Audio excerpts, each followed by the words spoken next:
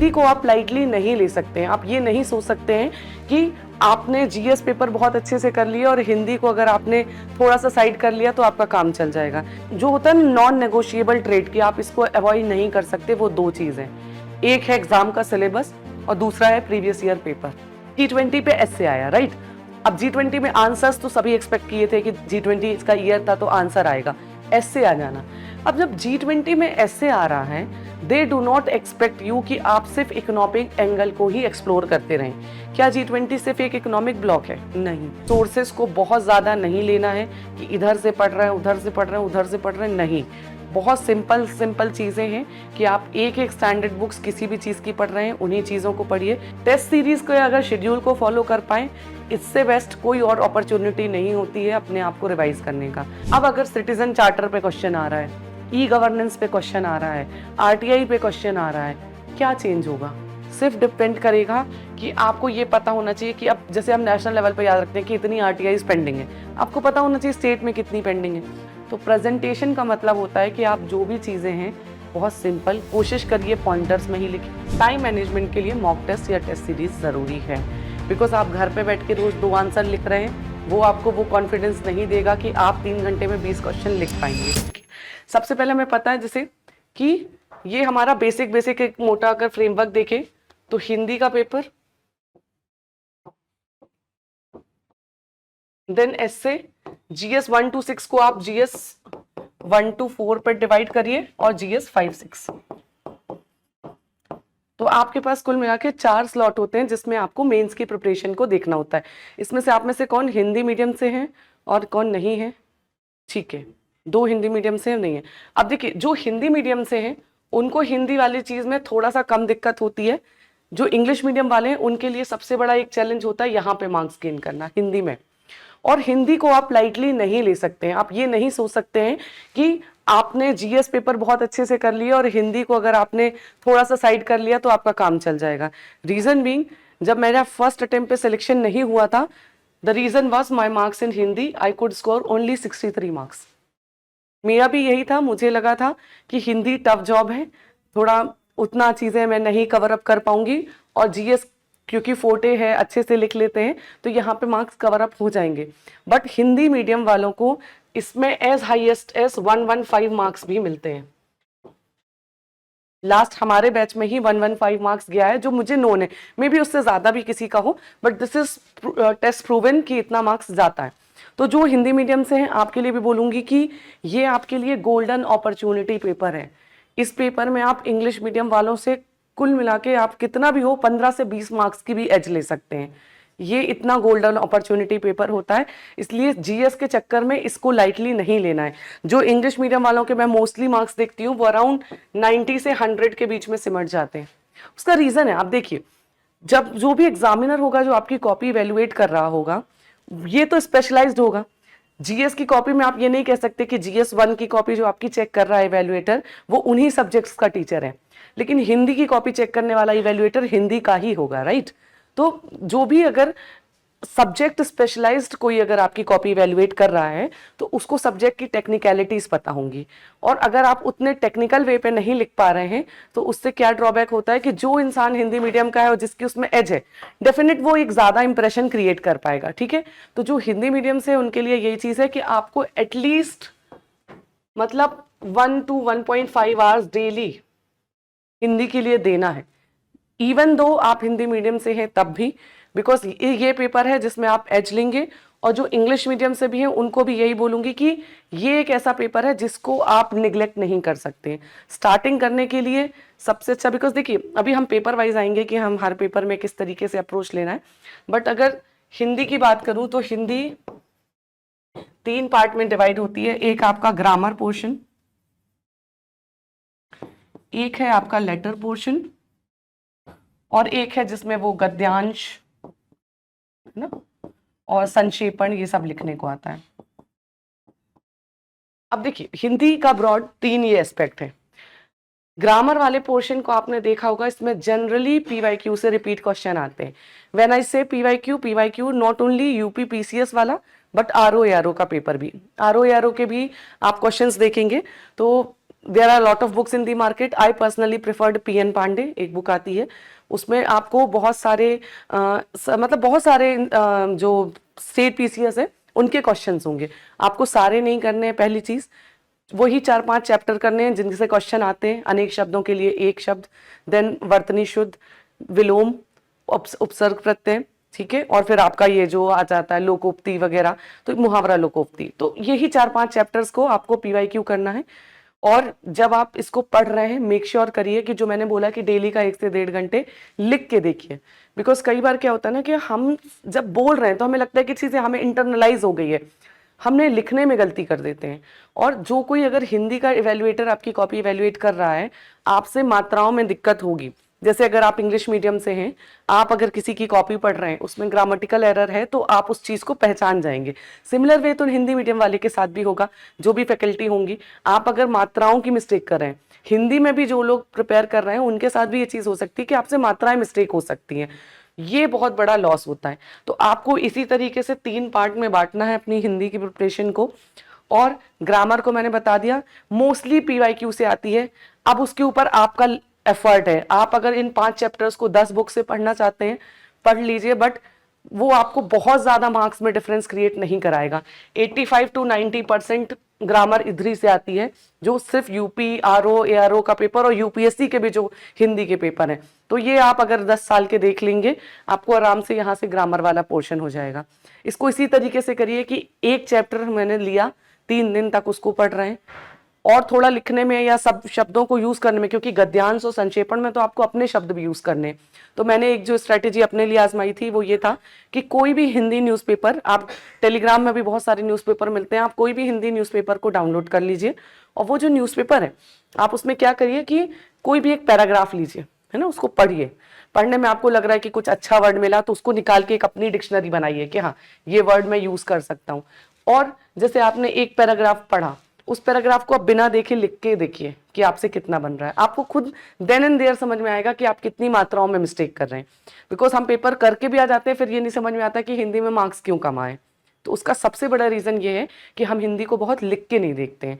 तो ये प्रैक्टिस अगर आप करेंगे ना, विद इन 10 to 15 डेज आपको अपने लिखने में इंप्रूवमेंट आने लग जाएगा हिंदी में। दूसरा है लेटर। देखिए इसके फॉर्मेट में, मतलब इसमें फॉर्मेट प्रिसीशन का रूल है। आप ये मत समझिए 5 ही लेटर हैं हमें करने, राइट। गवर्नमेंट जो वेबसाइट्स हैं, इवन जो PW का आपको जो हिंदी का मटेरियल मिला होगा उसमें भी एग्जैक्ट जो ऑफिशियल वाला फॉर्मेट है वो मेंशन है ना। आपको इसमें फॉर्मेट में बहुत स्पेसिफिक रहना है।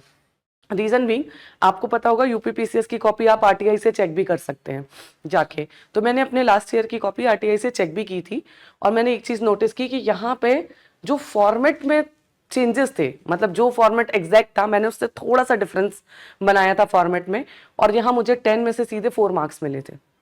तो आपके फॉर्मेट गलत करने में, लेटर में आपका बहुत बड़ा नुकसान होता है, डिस्पाइट बीइंग कि आप कितना भी अच्छा अंदर कंटेंट लिख रहे हैं।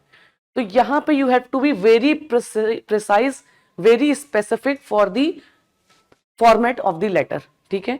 उसके लिए यही सबसे अच्छा तरीका होता है कि आप डेली एक लेटर पकड़िए, ठीक है। फॉर एग्जाम्पल आज आपने लिया कि शासकीय पत्र, उसका फॉर्मेट 2-3 बार पढ़िए, फिर उसके बाद उसको बिना देखे पहले ब्लैंक फॉर्मेट बना के देखिए, उसके बाद कोई शासकीय लेटर लिख के देखिए, ठीक है। भले 1 दिन 2 दिन लग जाए एक को इंटरनलाइज करने में, फिर दूसरा पकड़िए अर्धशासकीय, फिर उसके बाद जब इसको भी कर लें तब 2 को एक साथ लेके देखिए कि आप लिख पा रहे हैं कि नहीं। एक साथ 5 लिखने कभी मत बैठिए, क्योंकि वो इतना क्लमजी हो जाएगा दिमाग में कि अल्टीमेटली आपको लगेगा कि यार मैं किस तरीके से इसको याद करूं। तो आप एक एक को लेंगे, सबसे पहला टास्क उसको पढ़ना, सेकेंड टास्क फॉर्मेट बस बना के देखना, और थर्ड टास्क आप उसको लिख के देखिए। जब आप इसको 3 वे में इस तरीके से करेंगे तो आपका लेटर आपसे अच्छे से होने लगेगा। देन गद्यांश और संक्षेपण ये उतना ज्यादा दिक्कत वाली चीजें नहीं है। रीजन भी कि हम बचपन से करते आ रहे हैं कि उसको समराइज ही करना है। यहां पे जो मेन गेम होता है वो है मिस्टेक्स का, कि आप मात्राओं में मिस्टेक ना करें, है ना। आप बहुत जो भी वर्ड्स लिख रहे हैं, ऐसा जरूरी नहीं है कि आप बहुत हाई फाई हिंदी वर्ड लिखने की कोशिश करें। उसको लिखने के चक्कर में अगर आप गलत लिख दे रहे हैं वो आपका ज्यादा बड़ा लॉस है। रेदर देन आप सिंपल हिंदी लिखें, लेकिन ऐसी डिसेंट इनफ हिंदी लिखें कि एग्जामिनर को समझ में आए। ये जो व्हाट्सएप लैंग्वेज लिखते हैं हम, वो सब ना लिखें, एक जेन्युइन हिंदी लिखें बट एग्जामिनर को समझ में आ सके, ठीक है। और बाकी ग्रामर का हमने डिस्कस कर लिया। ग्रामर में एक चीज और बोलूंगी, जो मुहावरा और लोकोक्ति वाला पोर्शन होता है, उस पे जो आप वाक्य प्रयोग कर रहे हैं उसको ट्राई करिए कि आप वहां पे अपनी जीएस की नॉलेज को शो कर पाए, ठीक है। मतलब एक होता है कि हमने सिंपल वाक्य बना दिया है ना, कि किसी चीज का, कि हाँ राम श्याम, जो हम स्कूल लेवल पे करते थे, बट आप स्टेट पीसीएस का प्रिपरेशन कर रहे हैं, आप इतने सारे सब्जेक्ट्स को पढ़ रहे हैं, तो एग्जामिनर भी आपसे डिमांड करेगा कि आपके जो वाक्य प्रयोग भी हैं वो कहीं ना कहीं किसी सिनेरियो को डिस्कस करें। तो जैसे आप उसमें हिस्ट्री को यूज कर सकते हैं, बिकॉज हिस्ट्री में बहुत सारे ऐसे बैटल हुए हैं जिसपे हमें लर्निंग्स भी मिली हैं। फॉर एग्जांपल कलिंग का वॉर हो गया है ना, अशोक का कैसा परिवर्तन हुआ है, या फिर हम देखते हैं समुद्रगुप्त की विक्ट्री, चंद्रगुप्त मौर्य की विक्ट्री। तो ऐसे बहुत से हमें मौका मिलते हैं हिस्ट्री से जो हम एग्जाम्पल कोट कर सकते हैं। सिमिलरली सोसाइटी पे भी हमने देखे हैं कि बहुत सारे ऐसे रेवोल्यूशंस हुए हैं, है ना, कहीं सती प्रथा को हटाना, तो बहुत से ऐसी चीजें इवन आज तक चली आ रही हैं। और थर्ड चीज है इंटरनेशनल रिलेशंस, आज भी इवॉल्व हो रहा है कि कैसे इंडिया चाइना का रिलेशन चल रहा है, ये वो। बट जो भी आप इस तरीके के एग्जाम्पल्स तैयार कर रहे हैं, मेक श्योर करिए कि उनको आप हिंदी में एटलीस्ट लिख के देखें कि मैं ये आर्ट, मतलब जैसे मैंने किया था कि मैंने 20-25 ऐसे एग्जाम्पल्स ना हिंदी में लिख के देख लिए थे। क्योंकि क्या होता है कि अब जैसे मैंने बोल दिया कि इस तरीके का यूज करना है, तो आपके मन में वो चीज तो इंटरनलाइज हो गई कि मुझे वाक्य अच्छा बनाना है। अब उसके बाद मान लो ऐसा आ जाता है कि इंडिया चाइना का डिप्लोमेटिक रिलेशन लिखना है, अब आपको वहां यही नहीं याद आ रहा है कि डिप्लोमेटिक रिलेशन को हिंदी में कहूंगा क्या, तो आपका वो मेहनत भी हो गई और उसका कोई वर्थ इट भी नहीं था, क्योंकि आप वहां वो डिप्लोमेटिक रिलेशन उसको डा में छोटी की मात्रा वैसे करके नहीं लिख सकते हैं ना। This is not the right way to present योर सेल्फ। इसलिए जो भी चीजें कर रहे हैं उनको लिख के देखिए, वो चीज सबसे बड़ी है। देन होता है आपका एस्से का पेपर। एस्से का paper again very important role in the selection.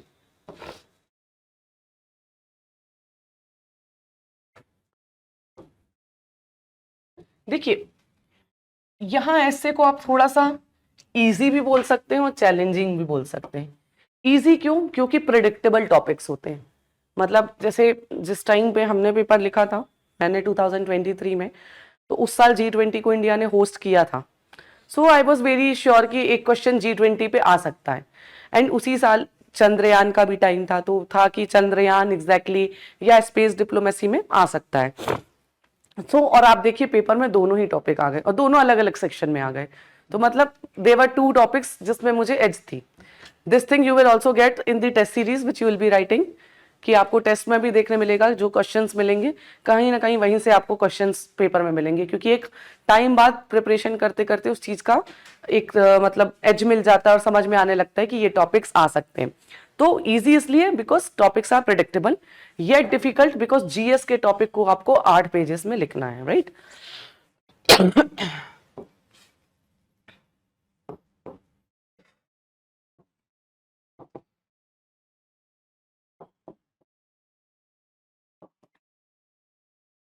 अब देखिए जब भी कोई टॉपिक प्रेडिक्टेबल है, तो और प्रेडिक्टेबल एक चीज और के कारण, बिकॉज यहाँ पे जो तीनों सेक्शन है इसका सिलेबस बहुत क्लियरली मेंशन है। आप में से कितनों ने एसए के सेक्शन वाइज सिलेबस देखा है कि क्या आयोग ने मेंशन किया है? देखा है? देखिए बाकियों ने नहीं देखा। आपके साथ सबसे बड़ी दिक्कत यही होती है कि आप सिलेबस को ही पहले गो थ्रू नहीं करते हैं। देखिए किसी भी एग्जाम के लिए 2 चीज, मतलब जो होता है नॉन नेगोशिएबल ट्रेड की, आप इसको अवॉइड नहीं कर सकते, वो 2 चीज हैं। एक है एग्जाम का सिलेबस और दूसरा है प्रीवियस ईयर पेपर। ये 2 चीज को आप नेगोशिएट मतलब इनको पे आप कोई भी तरीके का कॉम्प्रोमाइज नहीं कर सकते।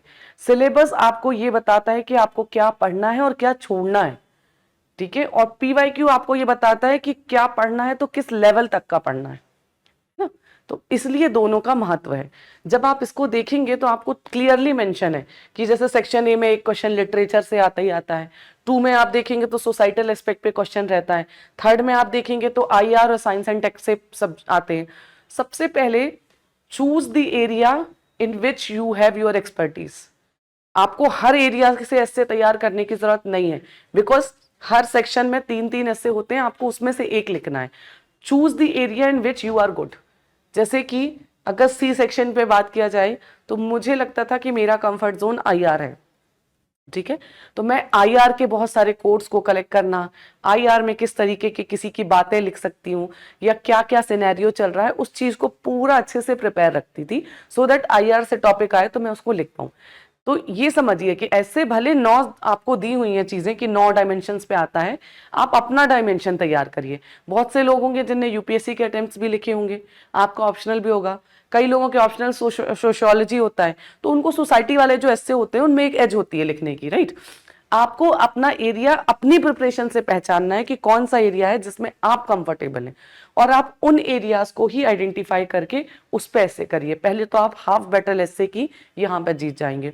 Rather than preparing each and every section, prepare only those sections in which you feel comfortable कि हाँ इस पे आएगा तो मैं दूसरों से अच्छा लिखूंगा, ठीक है। कंफर्टेबल होने का मतलब कि आपको एक ये कॉन्फिडेंस है कि हाँ यार अगर इस पे आया तो मैं एक जो जनरल क्राउड लिख रहा होगा उससे ऊपर लिखूंगा। ये चीज वर्क करती है। मतलब आई बिलीव मेरा वन ऑफ द हाईएस्ट या शायद हाईएस्ट मार्क्स थे एसए में। I got 103 out of 150 in the essay this year 2023 में। ये चीज काम करती है। दूसरी चीज है, जब ये जीएस का ओरिएंटेड टॉपिक होता है तो आपके साथ क्या होता है कि आपको ये नहीं समझ में आता कि इसमें 8 पेजेस भरें कैसे। यहां पे गेम आता है डायमेंशन एक्सप्लोर करने का।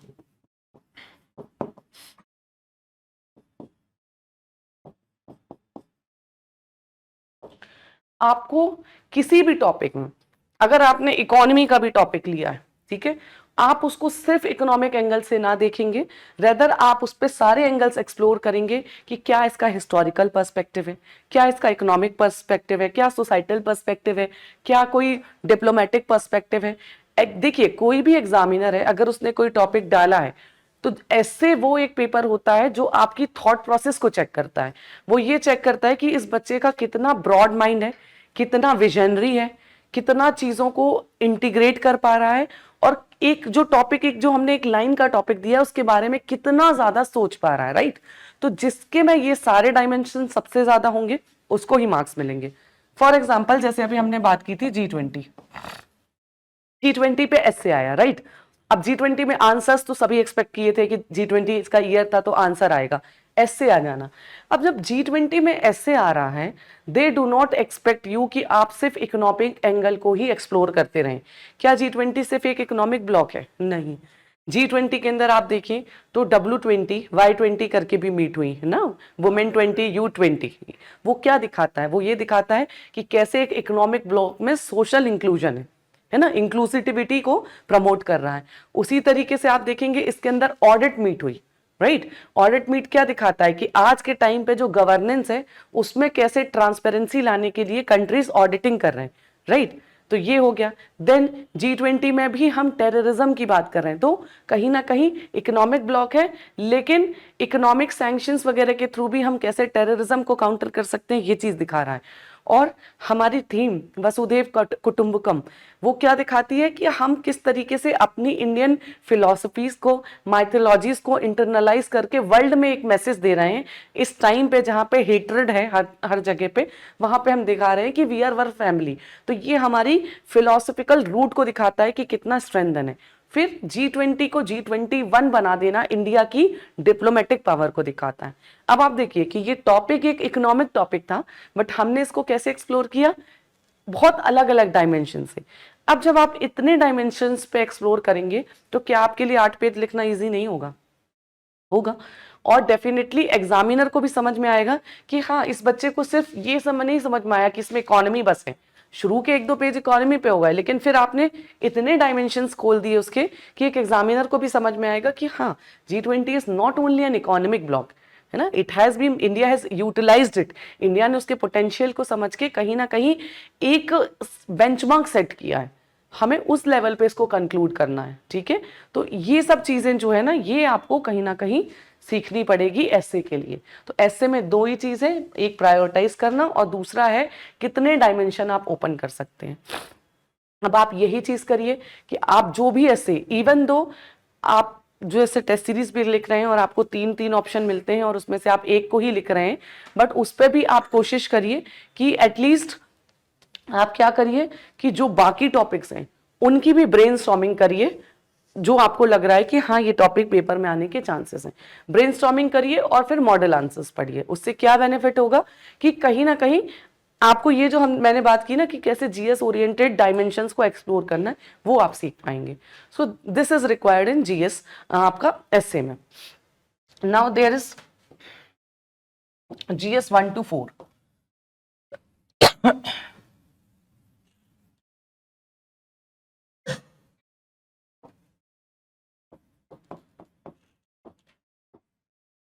देखिए जीएस 1 से 4 जो है, आप में से कितनों ने यूपीएससी की भी तैयारी की है?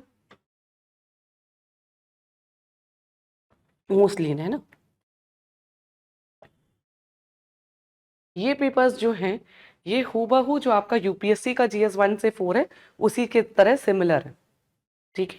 तो जिन लोगों ने यूपीएससी की प्रिपरेशन की है, आपने यूपीएससी के टाइम पे अपने जीएस 1 से 4 के नोट्स बनाए, उनको अलग से बहुत ज़्यादा नोट्स बनाने की ज़रूरत नहीं है, बिकॉज आपको ऐसा नहीं लगेगा कि कोई चीज़ वहाँ पे आपने पढ़ी है और यहाँ पे नहीं काम आ रही है, ठीक है। जिनका यूपीएससी का बैकग्राउंड नहीं है और वो कर रहे हैं, उनके लिए एक ही चीज़ बोलूँगी। सबसे पहली चीज़ ये है, पीवाईक्यूज को अपना बेस बनाइए, ठीक है, बिकॉज मेंस का सिलेबस बहुत वास्ट है। आपको एक टाइम पे प्रिपरेशन में ये फील भी होगा कि एक एस्पेक्ट कर रहे हैं तो दूसरा छूट जा रहा है, लगेगा आज हिस्ट्री पढ़ रहे हैं जीएस 2 के लिए टाइम नहीं मिल रहा है, जीएस 2 पढ़ रहे हैं तो जीएस 4 छूट रहा है, 5 6 तो अभी उठाया नहीं।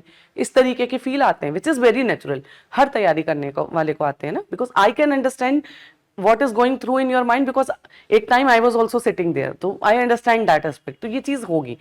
सबसे मेन चीज़ होती है पीवाईक्यू को इंटरनलाइज करना, सो दैट आपको ये समझ में आए कि क्या पढ़ना है क्या नहीं पढ़ना है। फॉर एग्जाम्पल जीएस 1 में हर साल एक क्वेश्चन पर्सनैलिटी से आता है, आपने अगर नोटिस किया हो, every year there is a question on personality, ठीक है। कभी गांधी जी पे आएगा, कभी बोस पे आएगा, कभी पटेल में आएगा, ठीक है। तो ये चीज़ एक चीज़ क्लियर हो गई ना कि एक पर्सनैलिटी पे क्वेश्चन आएगा। कितनी पर्सनैलिटीज हैं? 15-20। आपने उनको रेडी कर लिया। अब उसमें से अगर क्वेश्चन आ जाता है तो what is that? That is an edge. कहीं ना कहीं पीवाईक्यू का इंटरनलाइज आपकी जो सबसे बड़ी हेल्प करता है वो आपको एज देता है पेपर में, बिकॉज पेपर, ये पेपर्स जो है मेंस के, they are not only your knowledge test, they are much more than knowledge. ये नॉलेज से ज्यादा बहुत कुछ चेक करते हैं, है ना। आपका टाइम बाउंड मैनर में आप पेपर कंप्लीट कर पा रहे हैं कि नहीं। और कोई भी है, even after getting selected, after standing here, I can say कि ऐसा नहीं था कि पेपर में पूरे 20 के 20 क्वेश्चन सारे पेपर में मुझे आते थे। This is with everyone, this is the reality, you have to accept कि ऐसा नहीं होता है कि आपको सारे क्वेश्चंस आ रहे होते हैं। कुछ क्वेश्चंस ऐसे होते हैं जो बिल्कुल आउट ऑफ द बॉक्स होते हैं, जहां पे आपको थोड़ा सोचने का समय चाहिए। वो समय कहाँ से निकलेगा? वो समय निकलता है जब आप पीवाईक्यू को एनालाइज करके कुछ क्वेश्चंस पे एज पास रखे होते हैं। जैसे कि यही जो चीज थी कि भाई एक क्वेश्चन पर्सनैलिटी से आता है, तो पर्सनैलिटीज तैयार की थी और हमारे टाइम पे सरदार पटेल में क्वेश्चन आ गया। सरदार पटेल पे क्वेश्चन 2018 में आ भी चुका था पहले भी, ठीक है। तो व्हाट हैपेंड कि जब ये क्वेश्चन आया तो जो मुझे बाकी आंसर्स को लिखने में टाइम लगेगा उससे कंपैरेटिवली कम टाइम पे मैं इस क्वेश्चन को लिख लूंगी। रीजन बीइंग, इस क्वेश्चन का आंसर मेरा पहले से प्रिपेयर्ड है, राइट। तो अगर बाकी क्वेश्चन को लिखने में मुझे 7.5 मिनट लग रहा है, तो इस क्वेश्चन को मैं 5.5 से 6 मिनट में लिख दूंगी, बिकॉज पूरा आंसर आपके माइंड में। और बहुत क्वेश्चन कुकअप भी नहीं करते, सीधे कॉन्ट्रीब्यूशन ही पूछते हैं पर्सनैलिटीज में। तो आपका उस वे में अगर है, यहाँ पे जो आप टाइम बचाएंगे, ऐसे अगर 1-2 क्वेश्चंस आप देखिए every year in every paper PYQ से रिपीट होते हैं। ये जो आप टाइम बचाते हैं 2 मिनट 3 मिनट, ये आपको हेल्प करता है उस क्वेश्चन में थोड़ा सा सोचने के लिए जिस क्वेश्चन के बारे में आपको बिल्कुल आइडिया नहीं है ना। तो इसलिए आपको पीवाईक्यूज को सबसे पहले अपना बेस बनाना है। दूसरा चीज है, सिलेबस कंप्लीट करने के लिए जो मुझे सबसे ज्यादा हेल्प किया है वो है टेस्ट सीरीज। देखिए, हम जब खुद से टाइम टेबल बनाते हैं कि हमें 8 पेपर्स को रेडी करना है, तो क्या होता है कि डेडलाइन तो हम अपनी क्रिएट करते हैं कि 4 दिन में ये करना है, 5 दिन में वो करना है, पर कई बार वो डेडलाइन मिस होने लग जाती है, राइट। जब डेडलाइन मिस होती है ना, फिर हम सोचते हैं चलो 1 दिन और ले लेते हैं, चलो हम 2 दिन और ले लेते हैं। वो जो दिन मतलब इंक्रीज होते जाते हैं ना कहीं आप पे प्रेशर बिल्ड करते हैं। बिकॉज आपको ये जो लगता है ना कि अभी शुरू में टाइम दे ले, फिर बाद में आंसर लिखना शुरू करेंगे, जितना ज्यादा टाइम पास आता जाएगा प्रेशर इंक्रीज होता है, डिक्रीज नहीं होता है, पहली चीज। ठीक है। दूसरी चीज, मैंने बहुत ब्लाइंडली एक टेस्ट सीरीज ली और उसके टाइम टेबल को फॉलो किया। मैंने देख लिया कि इसमें 2-2 सेक्शनल पेपर हैं, 2-2 फुल लेंथ पेपर हैं, मतलब मैं एक सिलेबस को 3 बार रिवाइज कर पा रही हूँ, एक बार हाफ हाफ के फॉर्म पे और दूसरी बार फुल में। तो कितना भी अच्छा मैं शेड्यूल बनाऊंगी तो 3 महीने में इससे ज्यादा अच्छा तो शेड्यूल नहीं बना पाऊंगी कि मैं 3 बार अपना सिलेबस रिवाइज कर पाऊं। बस मैंने अपने आप को इस चीज में स्टिक किया कि जो डेडलाइन है कि पेपर अगर 5 दिन में पहला पेपर है, मुझे 5 दिन में वो हाफ लेंथ करके पहला पेपर लिखना है। और सोर्सेस को बहुत ज्यादा नहीं लेना है कि इधर से पढ़ रहे हैं, उधर से पढ़ रहे हैं, उधर से पढ़ रहे हैं, नहीं। बहुत सिंपल सिंपल चीजें हैं कि आप एक एक स्टैंडर्ड बुक्स किसी भी चीज की पढ़ रहे हैं, उन्हीं चीजों को पढ़िए। यहाँ से आपको खुद ही जो मेंस का टेस्ट सीरीज वाला बैच है उस पर रिवीजन मॉड्यूल्स मिल रहे होंगे। Those all modules are made under my guidance only, so I am ensuring कि जो जो चीजें एग्जाम में काम आती है। फॉर एग्जाम्पल यूपी के पेपर में सबसे बड़ी आपके साथ दिक्कत होती है कि यूपी गवर्नमेंट के स्पेसिफिक क्या स्कीम्स हैं, पॉलिसीज हैं, कहीं एक जगह नहीं मिलती है ना, नेशनल लेवल की तो आपको मिल जाती है। This year you will get that document also in the test series. तो वहां पे आपको एक पूरा डॉक्यूमेंट मिलेगा जिसमें यूपी गवर्नमेंट की हर सेक्टर वाइज सारी स्कीम्स होंगी, यूपी गवर्नमेंट की हर सेक्टर वाइज सारी पॉलिसीज होंगी। So that will give you an edge. ये चीज मैंने जो आइडेंटिफाई की है, you will get all those in revision material. इसलिए मटेरियल एक रखना है, उसको मल्टीपल टाइम रिवाइज करना है, क्योंकि यहाँ पे यूपीएससी जैसे बहुत घुमा के क्वेश्चन नहीं आते, स्ट्रेट फॉरवर्ड क्वेश्चन आते हैं। तो वहां पे रोल रहेगा कि आप रिसोर्सेस को कन्फाइन करें और बार बार रिवाइज करें। टेस्ट सीरीज को अगर शेड्यूल को फॉलो कर पाए, इससे बेस्ट कोई और अपॉर्चुनिटी नहीं होती है अपने आप को रिवाइज करने का। मतलब मैं बहुत दावे के साथ कह सकती हूँ कि मैंने जितने टेस्ट सीरीज की टेस्ट लिखे थे, मैंने सारे टेस्ट लिखे थे। हाँ, एक आध दिन हो सकता है कि मान लो एक दिन +1 डे या +2 डे गया होगा, बट इससे ज्यादा नहीं गया। And that has help me to revise the syllabus.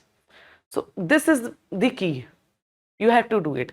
और GS 5 और 6 जो ये लगता है कि यार ये कहां से होगा, आप में से कौन कौन है जो यूपी से नहीं है?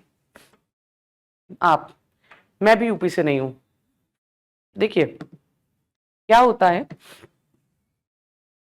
कि मेरा बैच तो पहला बैच था जिसने GS 5 और 6 का पेपर लिखा है, राइट। तब मार्केट में बहुत बुक्स भी नहीं आई थी उस टाइम पे।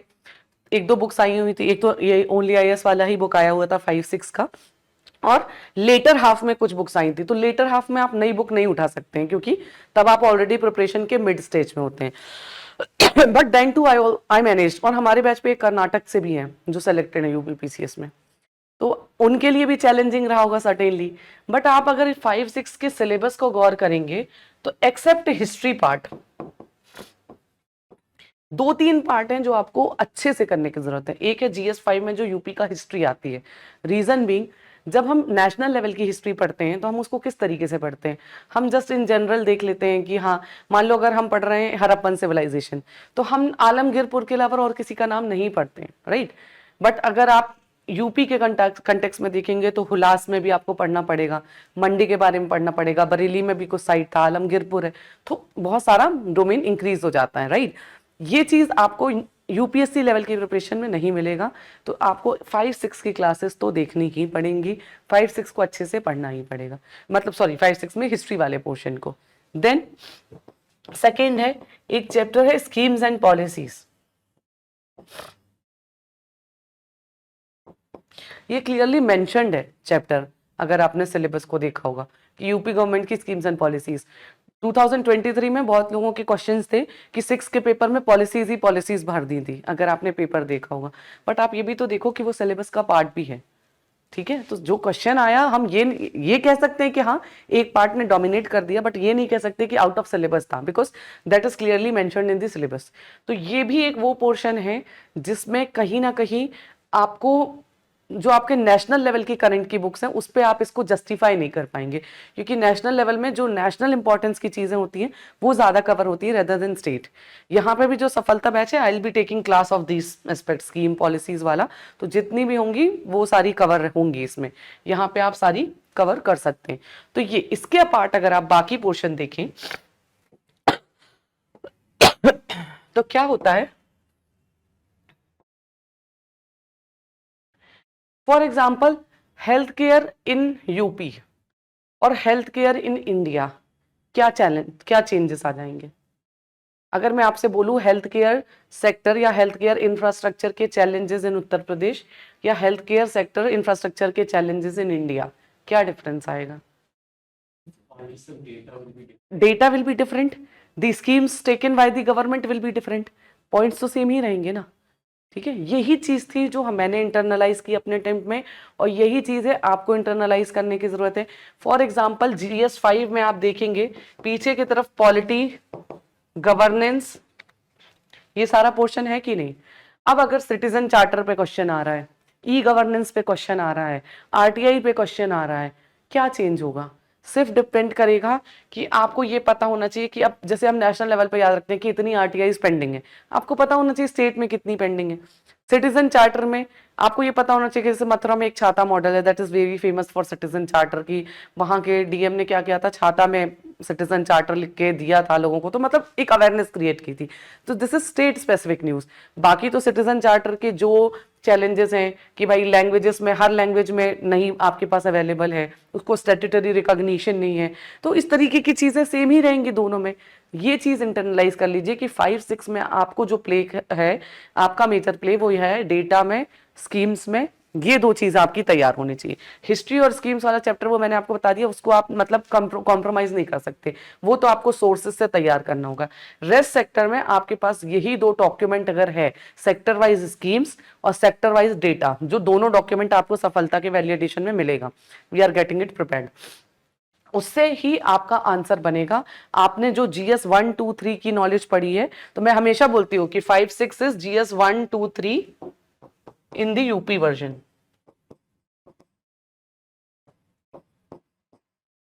आप पेपर उठा के देख लो, क्वेश्चन आएगा फूड प्रोसेसिंग में, तो फूड प्रोसेसिंग में सेम ही चीज है ना, बट आपको पता होना चाहिए कि यूपी में कहाँ कहाँ फूड प्रोसेसिंग होती है। बाकी जो आपने फूड प्रोसेसिंग में पढ़ा है वही पॉइंट्स आपको यहाँ भी लिख के आना है। एग्रीकल्चर में क्वेश्चन आ रहा है, सेम है, एग्रीकल्चर के चैलेंजेस, या एग्रीकल्चर मान लो आ रहा है टेक्नोलॉजी इन एग्रीकल्चर, जो टेक्नोलॉजी इंडिया लेवल पे आ रही होगी, यूपी इज मतलब 20 करोड़ की पॉपुलेशन है ना, तो आप खुद समझो इतना बड़ा मतलब परसेंटेज है इंडिया का, तो जो इंडिया लेवल पे स्कीम्स हो रहे होंगे, जो इमेजेस हो रहे होंगे, वो definitely it will be a part of UP also, right. तो यही चीज इंटरनलाइज करके 5-6 को बहुत ज्यादा अपने दिमाग में हावी नहीं होने देना है कि कैसे होगा 5-6, रेदर देन आपको समझना है कि ये दो चीज हैं जिसपे मुझे काम करना है, और बाकी चीजों में मुझे जस्ट जो मैंने GS 1 2 3 की नॉलेज ली है, उसी नॉलेज में यूपी के डेटा और यूपी के जो स्कीम्स हैं उसको इंटरनलाइज करना है, बस। उसको जब आपने कर लिया तो आपका 5-6 के पेपर में आपको खुद समझ में आएगा कि आप बहुत डिसेंट इनफ आंसर्स लिख के आएंगे, और आपके जो मार्क्स हैं वो भी बहुत अच्छे आएंगे। ठीक है, तो ये तो बेसिक ओवरव्यू है। अब हम चलते हैं फंडामेंटल्स के यहाँ। देखो मैंने आपसे सबसे पहले चीज बोली है कि मास्टरिंग दी सिलेबस। सिलेबस आपको जब तक नहीं पता होगा, आपने सिलेबस देखा होगा, सिलेबस में पोस्ट इंडिपेंडेंस भी बांटे हैं, बट आपने देखा होगा पोस्ट इंडिपेंडेंस से क्वेश्चन ही नहीं पूछता, राइट। तो दिस इज द एरिया जहां पे आप बहुत ऊपर ऊपर से देख के जा सकते हैं एग्जाम में, क्योंकि नहीं पूछ रहा है क्वेश्चन, नहीं पूछ रहा, तो इन जनरल बहुत कोई भी ऐसा स्टूडेंट नहीं होगा जो बहुत ज्यादा टाइम दे रहा होगा। एक क्वेश्चन आ जाता है तो वो सबके लिए फिर सब एक ही लेवल पे खड़े होते हैं उस क्वेश्चन में। लेकिन वर्ल्ड हिस्ट्री, यूपीएससी में भले वर्ल्ड हिस्ट्री में क्वेश्चन कभी आता है कभी नहीं आता, यूपी PCS में आता ही आता है, एक क्वेश्चन 8 मार्कर, एक क्वेश्चन 12 मार्कर, तो वर्ल्ड हिस्ट्री आप यहां पे नहीं छोड़ सकते। ठीक है, तो this is all on assessment on the basis of syllabus. आपको सिलेबस में पूरा मास्टर होना है। जब आप सिलेबस को देखेंगे और सिलेबस को PYQ के साथ रख के देखेंगे, भले 2 दिन 3 दिन, लेकिन इस प्रैक्टिस को दीजिए। ये आपको जो कमांड देगी ना और कॉन्फिडेंस देगी कि हाँ मुझे पेपर किस तरीके से अटेम्प्ट करना है, वो कहीं और से नहीं मिलेगा। दूसरी चीज है एक स्ट्रैटेजिक स्टडी प्लान, जो मैंने अभी बात की कि जैसे मैंने टेस्ट सीरीज के फॉर्म पे किया, बिकॉज जब तक आपके पास एक स्ट्रैटेजिक प्लान नहीं होगा, आप क्या करेंगे, एक दिन कोई सब्जेक्ट पढ़ेंगे, फिर कभी कोई और पढ़ेंगे, फिर लगेगा ये वाला छूट रहा है, तो हमेशा हैफाजार्ड रहेगा। जब तक एक स्ट्रैटेजिक प्लान के थ्रू नहीं मूव करेंगे, जैसे मेरा था कि भाई जैसा टेस्ट सीरीज का शेड्यूल है उसी तरह से पढ़ती जाऊंगी, बस डेली 1.5 घंटे हिंदी को जरूर दूंगी, क्योंकि एक बार धोखा हिंदी नहीं दिया था, तो आई थॉट कि इस पे अब इस बार कॉम्प्रोमाइज नहीं किया जा सकता, राइट। तीसरी चीज है क्वालिटी रिसोर्स। ये मैं हमेशा बोलती हूँ कि 1-2 डॉक्यूमेंट्स हो पर ढंग के हों। ये नहीं है कि मेंस है तो हम बहुत जगह से चीजें लेके आ जाएं और बहुत ही अच्छा आंसर लिख के आ जाएंगे तभी मार्क्स मिलेंगे। देखिए 20 क्वेश्चंस होते हैं। मेरी थोड़ा सा तबीयत खराब इसलिए थोड़ा सॉरी, डोंट माइंड। 20 क्वेश्चन होते हैं, लगभग कोई भी इंसान जो भी एक अच्छा पढ़ने वाला होता है 13 से 14 क्वेश्चंस होते हैं जो कि डिसेंट इनफ लिखते हैं। उसके बाद के 3-4 क्वेश्चंस ऐसे होते हैं जो बस लिख देते हैं कि हाँ थोड़ा बहुत पता है, अच्छे से नहीं पता है। और 1-2 क्वेश्चन ऐसा होता है जो खुद भी नहीं पता होता एग्जाम से निकलने के बाद कि हम वहां पे क्या लिख के आए हैं। तो this is with everyone, this is very normal practice. ठीक है, आपको ये लगे कि आप 10 रिसोर्सेज को पकड़ के और कुछ ऐसा एकदम भौकालिया आंसर लिख देंगे कि वहां बहुत अच्छा मार्क्स मिल जाएगा, एग्जामिनर के पास इतना टाइम भी नहीं होता आपकी कॉपी पढ़ने के लिए। हमारे लिए that is a result that will make our career, for him it is just his job. ठीक है, तो आप ये सोचो कि बहुत अच्छा लिखा है तो मतलब एग्जामिनर एकदम एक एक लाइन पढ़ के कॉपी चेक कर रहा है, ऐसा नहीं होती। मैंने आरटीआई से सामने कॉपी देखी है, that is why I know it. ठीक है, क्वालिटी रिसोर्स लेना है, एक रिसोर्स लेना है, मल्टीपल टाइम रिवाइज करना है, लेकिन ये नहीं करना है कि आज 10 रिसोर्स है मार्केट में सब उठा लिया। ठीक है, मोर आपका एम्फेसिस होना चाहिए कि उसमें कहीं ना कहीं आप अपने पॉइंट्स बनाइए, वो पॉइंट जो आप आखिरी में रिवाइज कर पाए। आप खुद सोचिए, यूपीएससी से ज्यादा टफ मुझे इसका मीन्स लगता है, बिकॉज 4 दिन लगातार पेपर लिखने हैं और वो भी दोनों शिफ्ट में। एक टाइम बाद ऐसा होता है कि हाथ पैर काम करना बंद कर जाते हैं कि अब कैसे, और माइंड ब्लैंक होता है, आपको नहीं पता होता है। आप लौट के आते हो, उसके बाद आपके पास मतलब पेपर खत्म होता है, उसके बाद आपके पास 1.5-2-3 घंटे बचते हैं, then you have to sleep again, अगले दिन you have to be fresh. अब वो 2-3 घंटे में दोनों पेपर आपको पूरा रिवाइज करना है, नहीं पॉसिबल है। वहां पे यही जो आपने कुछ कीवर्ड्स बिल्डअप किए होते हैं ना, कुछ नोट्स के फॉर्म में 8-10 पन्ने के, वही आप रिवाइज कर पाते। इसलिए पढ़ते समय जैसे आप फूड प्रोसेसिंग पढ़ रहे हैं तो आपको समझ में आया कि हाँ ये 2-3 कीवर्ड्स हैं जो आने ही चाहिए मेरे आंसर में, है ना, जैसे फॉरवर्ड बैकवर्ड लिंकेज वाली बात हो जाती है ना, वैल्यू चेन की बात हो जाती है, तो बस ऐसे कीवर्ड्स आपके लिखे होने चाहिए। ठीक है, दूसरा है answer writing. Mains is nothing without answer writing. आपको ये लगे कि अभी का टाइम मैं अपना पढ़ने में यूज कर लूं, बाद में आंसर लिखना शुरू करूंगी, आंसर राइटिंग में डिले नहीं होना चाहिए मेरे अकॉर्डिंग। बिकॉज देखिए यहां पे आपको 20 क्वेश्चंस कंप्लीट करने हैं, एक दिन में 40 और ऐसे 4 दिन लिखना है। अगर आपकी आंसर राइटिंग में स्किल नहीं है तो आपका पेपर टाइम से कंप्लीट नहीं होगा। और आज की डेट में इतना कंपटीशन है कि अगर पेपर कंप्लीट नहीं है तो पहले ही अपने आप को आउट ऑफ द रेस समझ लीजिए। बिकॉज उनको इंटरव्यू में, जैसे इस बार का भी पेपर था, अगर मान लो 900 950 सीट के लिए पेपर है, 2-2,500 बच्चे उनको इंटरव्यू के लिए चाहिए, 2-2,500 बच्चे आराम से होंगे जिनने पूरा पेपर कंप्लीट किया होगा। अगर आपने उस क्वेश्चन को ब्लैंक छोड़ दिया, मतलब अगर वो क्वेश्चन 8 मार्क्स है तो आपके पूरे 8 मार्क्स का लॉस है। आपने उसमें कुछ भी लिखा है, 1 नंबर 2 नंबर कुछ तो मिलेगा, पूरा ब्लैंक छोड़ना का मतलब होता है कि पूरा लॉस है। और ये तभी होता है जब आपकी आंसर राइटिंग में कमांड नहीं है। ठीक है, आंसर राइटिंग कमांड ही आपको कहीं ना कहीं वो एज दिलाता है कि आप पेपर को टाइम से कंप्लीट कर पाए। बिकॉज उस पर ही आप सीखेंगे ना, एक अपना डेडलाइन टाइम फ्रेम पे जब आप आंसर्स लिखेंगे, so you will get to learn कि कैसे मुझे टाइम फ्रेम में पेपर कंप्लीट करना है। इवन मेरे टाइम पे तो दिस ईयर तो I hope we are also providing opportunity 4 दिन लगातार लिखने की इन दी एंड, बट हमारे टाइम पे नहीं था। 2023 में मैंने लाइब्रेरी में ही बैठ के 4 दिन लिख के देखा था सुबह शाम कि मैं लिख पा रही हूँ कि नहीं लिख पा रही हूँ। तो आपको एग्जाम से पहले जो मॉक प्रिपरेशन होती है ना कि आप कैसे लिखेंगे, वो आंसर राइटिंग से होती है। इस पे आप ये मत, भले आप अगर कुछ तैयार भी कर रहे हैं, फॉर एग्जाम्पल अगर आप अभी तुरंत टेस्ट नहीं लिखने के लिए रेडी हैं, so the thing you need to do is कि आप जो भी टॉपिक्स पढ़ रहे हैं आप उस टॉपिक में ही देखिए कि प्रीवियस ईयर में क्या क्वेश्चन आया, एटलीस्ट उसी का आंसर लिख के देखिए। हाँ, डेली चलते रहना चाहिए जब तक मेंस है। ठीक है, नेक्स्ट है प्रीवियस ईयर क्वेश्चंस को एनालाइज करना। ठीक है, ये अभी हमने डिस्कस किया। देखिए पिछले साल 2024 में एक क्वेश्चन था, ओशंस आर दी रिसोर्सेस, है ना, ये क्वेश्चन 2023 में भी आया हुआ है। स्मार्ट सिटी में 3 बार क्वेश्चन पूछ चुका है। उसके अलावा अगर आप देखें हेरिटेज आर्क 2 बार क्वेश्चन पूछ चुका है। जब क्वेश्चंस की बात होती है तो आप सिर्फ 2023 और 24 का पेपर मत देखिए। 2018 से जब से यूपी पीसीएस ने मेंस को ये सब्जेक्टिव फॉर्म पे किया है, उस टाइम पे भले यूपी का पेपर अलग से नहीं होता था, बट पेपर में यूपी के क्वेश्चंस आते थे। आप उन क्वेश्चंस को भी लिखिए, आप देखिए बहुत से क्वेश्चन वहां से रिपीट होते हैं। इरिगेशन पे क्वेश्चन आया हुआ था, इरिगेशन सिस्टम पे, वो क्वेश्चन 2018 या 19 में आ चुका है पहले। तो this is what you get from PYQ. आप खुद सोचिए ना, अगर आपने सारा पीवाईक्यू लिख के देख लिया और उसमें से हर पेपर में 2-3 क्वेश्चन भी आ गए, आप 5-6 मिनट के एज में होगे। वो एज बहुत इंपॉर्टेंट होता है जब आप एग्जाम को कंप्लीट करने के हिसाब से पेपर लिख रहे हैं। और दूसरे आंसर्स, और डेफिनेटली जो आंसर आपने लिख के रखा हुआ है उस आंसर को आप बहुत अच्छे वे में, जैसे ये सरदार पटेल वाला क्वेश्चन था हमारे टाइम पे जब आया, तो सरदार पटेल पे क्योंकि पहले भी क्वेश्चन आ चुका था, ठीक है, सो मैंने उसको बहुत अच्छे से तैयार किया हुआ था। मैंने ये भी सोचा था कि अगर इस पे क्वेश्चन आता है तो मुझे कंक्लूजन में, है ना, कि उनका विजन आज हम एक भारत श्रेष्ठ भारत के रूप में लेके चल रहे हैं। अब शायद अगर वो मैंने तैयार नहीं किया होता तो वहां रियल एग्जाम टाइम पे ये चीज सोचना डिफिकल्ट होता है कि आप इतने अच्छे वे पे कंक्लूड कर पाए, but I have prepared it, तो मुझे कंक्लूजन भी सोचना नहीं पड़ा, right. So this is what PYQ gives you an edge. Next is about answer writing में देखिए 2-3 चीज, क्लियर इंट्रोडक्शन।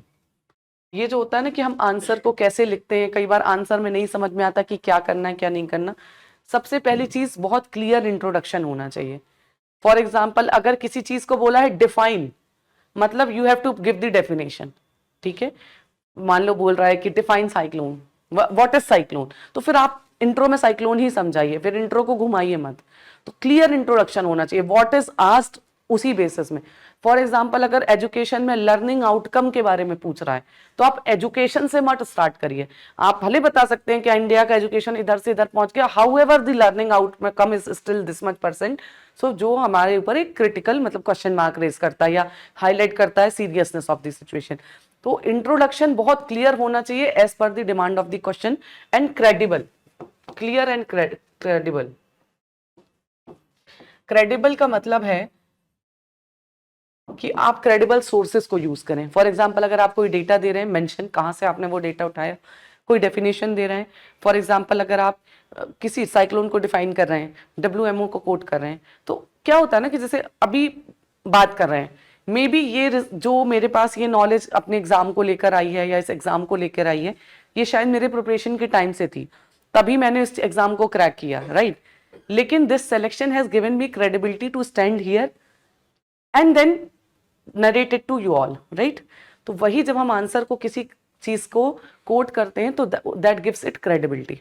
तो क्रेडिबिलिटी इज ऑलवेज अप्रिशिएटेड। अभी अगर मेरे पास इस एग्जाम को क्लियर करने की क्रेडिबिलिटी नहीं होती और मैं ये सब बातें बोल रही होती तो आप में से कितने लोग उस चीज को सुन रहे होते, but that gives me credibility, right.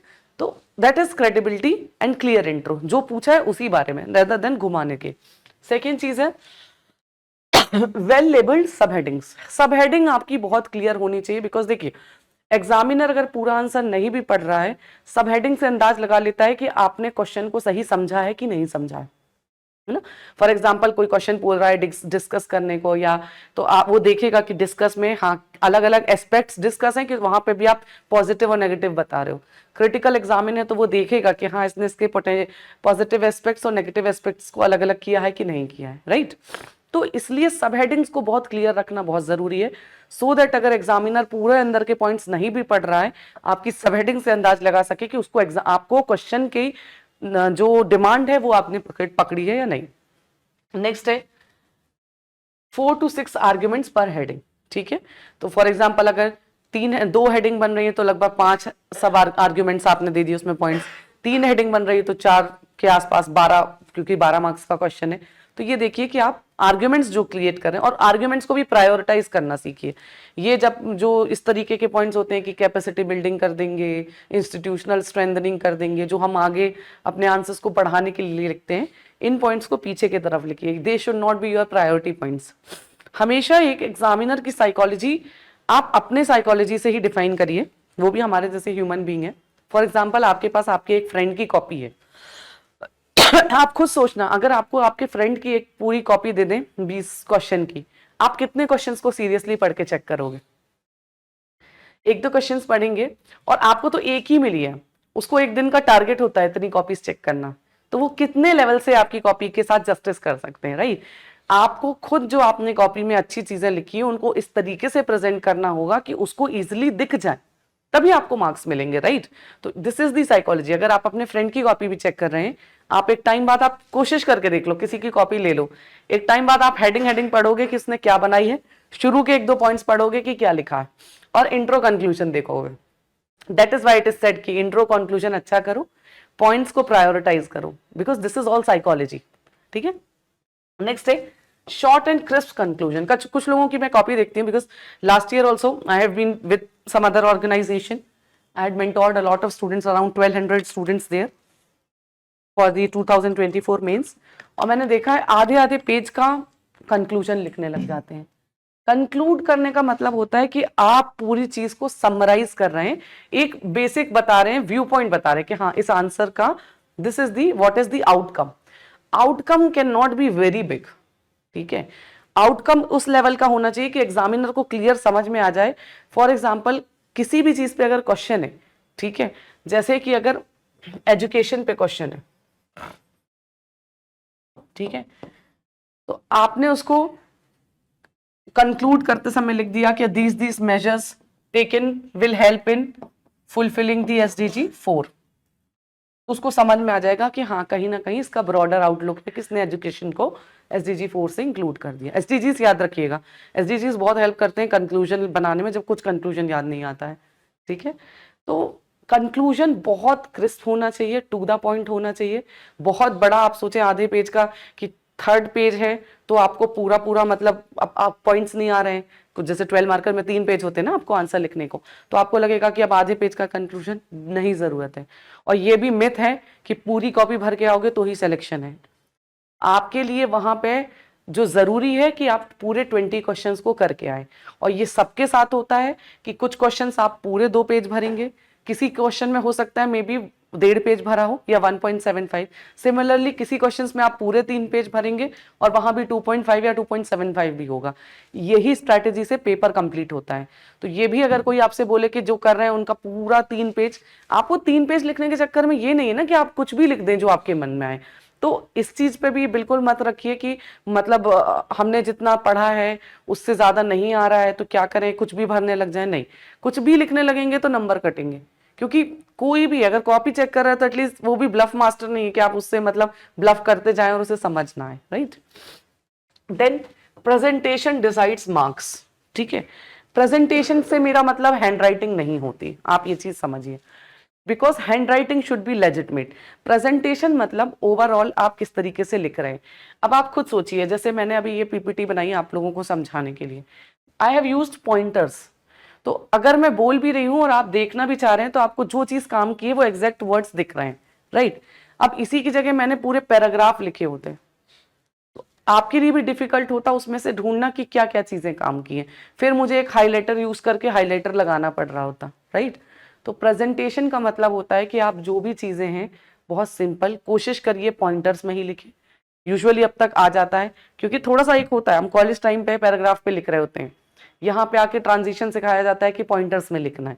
But college time पे आपको पता है आप एक रात पढ़ के भी पेपर निकाल देंगे, we have that talent. But यहाँ पे ऐसा नहीं कह सकते कि एक रात पढ़ के निकाल देंगे, कुछ अलग ट्रेड्स हैं। तो प्रेजेंटेशन का मतलब होता है कि आप बहुत नीट वे पे, नीट मतलब लेजिटमेट, कि पढ़ पाए इंसान कि आपने जो लिखा, ऐसा भी नहीं लिख देना कि समझ ही नहीं पा रहा एग्जामिनर, बिल्कुल पैराग्राफ लिख रहे हैं। कहीं कहीं फ्लो चार्ट्स का यूज करिए, वो आपका टाइम भी सेव करता है, स्पेस सेव करता है ना, सो यू गेट टू, जैसे फॉर एग्जांपल मान लो ये पेज है, आपने फ्लो चार्ट की हेडिंग ऐसे करके दे दी, तो इतना पेज तो आपका ऑक्यूपाई हो गया ना। अब उसके बाद पॉइंट लिखा 1 2 3 4 5 पॉइंट लिखने में पूरा पेज भर गया। तो ये आपको कहीं ना कहीं कुछ कुछ क्वेश्चंस में करना पड़ेगा, पेज भी फिल हो जाता है, कुछ वेरिएशंस भी दिखाता है, right. This is when I talk about neat presentation. You then use UP specific references. देखिए ऑल्दो यूपी का पेपर 5 और 6 है जहां पे आपको यूपी के एग्जांपल्स देना है, बट जो हमारे जीएस के भी पेपर हैं 1 2 3 4, अगर आपको वहां पे भी लग रहा है कि यूपी का कोई ऐसा इनिशिएटिव है विच इज प्रेज वर्दी, जैसे कि जितने नंबर ऑफ एक्सप्रेसवेज, अगर आप इंफ्रास्ट्रक्चर की बात करें तो एक्सप्रेसवेज में UP has set a benchmark, तो अगर आप उसको नेशनल लेवल पे भी कोट कर रहे हैं तो गलत चीज नहीं है। ODOP that has been the brainchild of UP government, which has been replicated in the national level, right? तो जब भी आपको कुछ ऐसी चीजें लग रही हैं कि हाँ ये यूपी स्पेसिफिक स्टार्ट हुई है बट इसको नेशनल लेवल पे भी लिया गया है, उन चीजों को लिखने पे रजिस्ट मत करिए, चाहे वो यूपी की स्कीम्स हो, कुछ इकोनॉमी का ऐसा एस्पेक्ट हो, कल्चरल या हिस्टोरिकल पार्ट में गवर्नमेंट के इनिशिएटिव, तो ये क्या नहीं ऑथेंटिसिटी देता है कि हाँ आप स्टेट स्पेसिफिक पेपर लिख रहे हो तो आप नेशनल लेवल की भी चीजों को लिख रहे हो, तो आपके पास एक एज है कि हाँ what state is doing good, जिस चीज को नेशनल लेवल पे रिप्लिकेट किया जा रहा है। ठीक है, नेक्स्ट इज अबाउट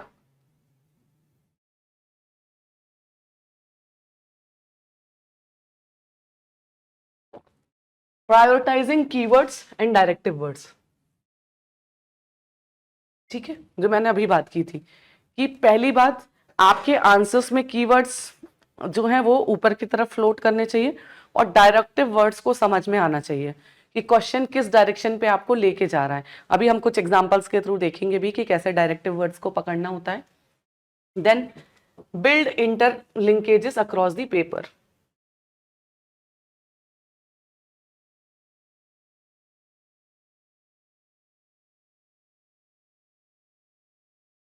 अब अगर आप पेपर भी देखते होंगे तो देखिए GS1 में ज्योग्राफी मेंशन है बट डिजास्टर मैनेजमेंट का भी क्वेश्चन उठ के आ जाता है। तो इसी तरीके से आपको भी पेपर में इंटरलिंकेजेस करना आना चाहिए। जैसे फॉर एग्जांपल ये जो मैंने अभी एग्जांपल दिया सरदार पटेल के क्वेश्चन का, तो सरदार पटेल जो हैं वो हम हिस्टोरिकल एस्पेक्ट से देखते हैं, लेकिन एक भारत श्रेष्ठ भारत या यूनिटी इन डाइवर्सिटी ये हम सोसाइटल एस्पेक्ट से देखते हैं। But then too I integrated history में एक सोसाइटल लेवल का कंक्लूजन या present day relevance, contemporary relevance, इसको लाने के लिए आपको पेपर में इंटरलिंकेज सीखना होगा।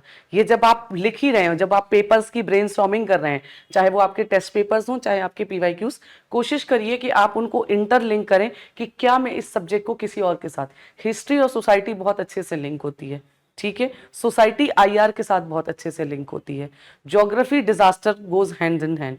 तो इस तरीके से सब्जेक्ट को इंटरलिंकेज करिए, वो आपको वे फॉरवर्ड में या कंक्लूजन बनाने में हेल्प करेगा।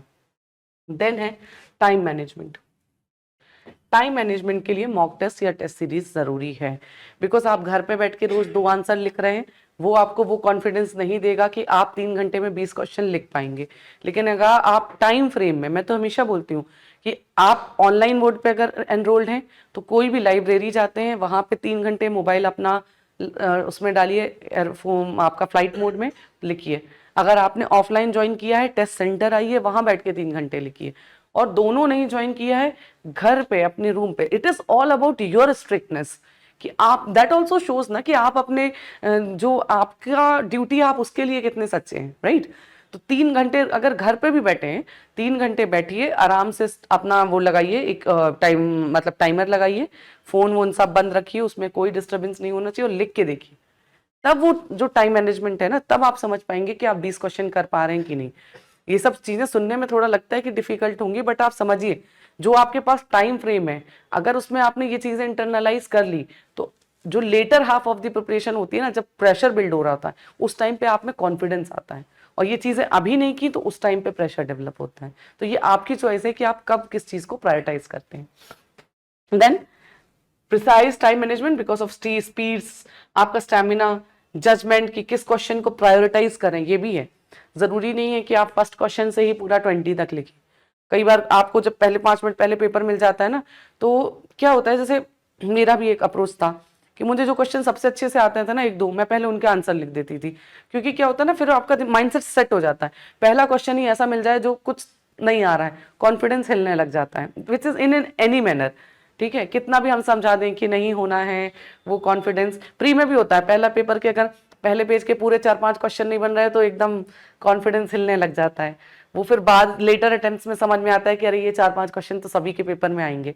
बट मेंस में क्या होता है, प्री में तो चलो पता है कि क्वालिफाई है, इसमें तो छोड़ नहीं सकते, है ना। तो कोशिश हमेशा करना चाहिए कि जो 1-2 क्वेश्चन आपको 5 मिनट पहले पेपर मिल जाता है, तो देख के जो क्वेश्चन सबसे अच्छे से आता है ना, आप पहले उसको आंसर लिखिए। क्या होता है, जब 1-2 क्वेश्चन लिख लिए ना, तो वो तो कहते हैं ना, थोड़ा माइंडसेट भी बन जाता है और हाथ भी सेट हो जाता है। देन फिर क्वेश्चंस आते जाते हैं तो आप लिखते जाते हो। शुरुआत इस तरीके से। तो ये भी एक जजमेंट होना चाहिए, है ना। और कंसिस्टेंसी भी आपकी मेंटेन करने में कि आप क्या क्वालिटी की कंसिस्टेंसी बना सकते हैं, ये सब जब आप टाइम फ्रेम में पेपर लिखेंगे तभी आ पाएगी। देन है ऑथेंटिक सोर्सेस, ये भी है, क्वालिटी के साथ साथ ऑथेंटिक सोर्सेज भी बहुत मेंटेन मैनेज मतलब रखते हैं। फॉर एग्जांपल जैसे यूपी गवर्नमेंट के लिए अगर आप देखेंगे यूपी गवर्नमेंट की वेबसाइट्स अपने आप में बहुत ज्यादा वेल ऑर्गेनाइज्ड है, मतलब बहुत रिसेंट का डेटा भी आपको उनकी वेबसाइट में मिल जाएंगे। यूपी गवर्नमेंट की आप खोलिए वेबसाइट्स, स्कीम्स जो भी हैं, स्कीम्स उनके ऑब्जेक्टिव्स बहुत क्लियरली मेंशन है। तो इधर उधर से कोई भी ऐसा डेटा, बिकॉज स्टेट स्पेसिफिक बहुत कंटेंट मार्केट में नहीं मिलता है, राइट। गलत लिखने से अच्छा है आप ऑथेंटिक सोर्सेज को लीजिए, ठीक है, ऑथेंटिक सोर्सेज को काम करिए। देन है maintain ethical and administrative orientation. ये स्पेसिफिकली आपके एथिक्स के पेपर में और कुछ पेपर्स जहां पे आपकी थॉट प्रोसेस दिखता है। फॉर एग्जांपल आपका एसए का पेपर, आपको याद होगा एक बार एसए में पेपर में एक टॉपिक आया था challenges in the Indian agriculture, ये आ चुका। तो चैलेंज मतलब एक नेगेटिव एस्पेक्ट पूछ रहा है कि क्या क्या चैलेंजेस हैं, बट आप उस एस्से को नेगेटिव एस्पेक्ट में छोड़ नहीं सकते हैं। आप चैलेंजेस बताने के बाद what have be done so far और क्या आगे करने की जरूरत है उन चीजों को भी बताएंगे, राइट। तो ये चीज समझिए। और स्पेसिफिकली एथिक्स में what you will do as an administrator, वहां पे तो हर दूसरे क्वेश्चन में आप अगर यूपीपीसीएस का पेपर देखें, एज अ सिविल सर्वेंट ये ट्रेट है वो है, ऐसे क्वेश्चंस आते हैं। कई बार कुछ चीजें ऐसी होती भी हैं जो आपके पर्सनल बायस आपकी कॉपी में शो नहीं होने चाहिए। ये चीज आपको मैनेज रखनी है थ्रू आउट द पेपर। कोई इनिशिएटिव में भी आपकी पर्सनल एंड पे गलत आपको लग सकता है, but in the mains in the interview you can not criticize the government of the day. ये चीज आपके आंसर्स में मैनेज होनी चाहिए। हो सकता है अगर किसी का वहां पे नजर चली जाती है, आप फालतू में अपने लिए एक गलत मतलब कर जाएंगे, है ना, वो आपका मार्क्स रिड्यूस करा सकता है। तो अपने पर्सनल बायस को घर में छोड़ के जाना है जब पेपर लिखना है। You have to think as an administrator, और ये सही बात भी है, मतलब it is nothing wrong, because आप एग्जाम एज एन इंडिविजुअल निकालते हो, but after that you are an administrator. तो फिर आप वो इंडिविजुअल के लिए नौकरी नहीं कर रहे हो, this is civil service, you are working for the society. तो आपके कभी भी कोई पर्सनल बायस होंगे तो वो सोसाइटी के साथ जस्टिस नहीं कर पाएंगे, इसलिए वो चीज आपके आंसर्स में भी रिफ्लेक्ट नहीं होना चाहिए। स्पेसिफिकली एथिक्स और एसए के पेपर में इस चीज को ध्यान रखिएगा, ठीक है। क्या है,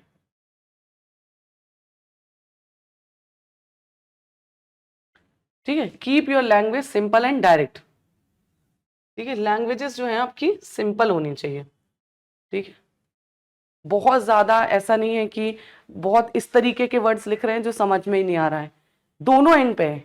इंग्लिश मीडियम वाले भी कुछ स्टूडेंट्स होते हैं जो बहुत ऐसे इंग्लिश लिखते हैं कि समझ में ना आए, हिंदी मीडियम में भी कुछ लोग बहुत ज्यादा इतने डीप डाउन वर्ड्स लिखते हैं कि समझ नहीं आए।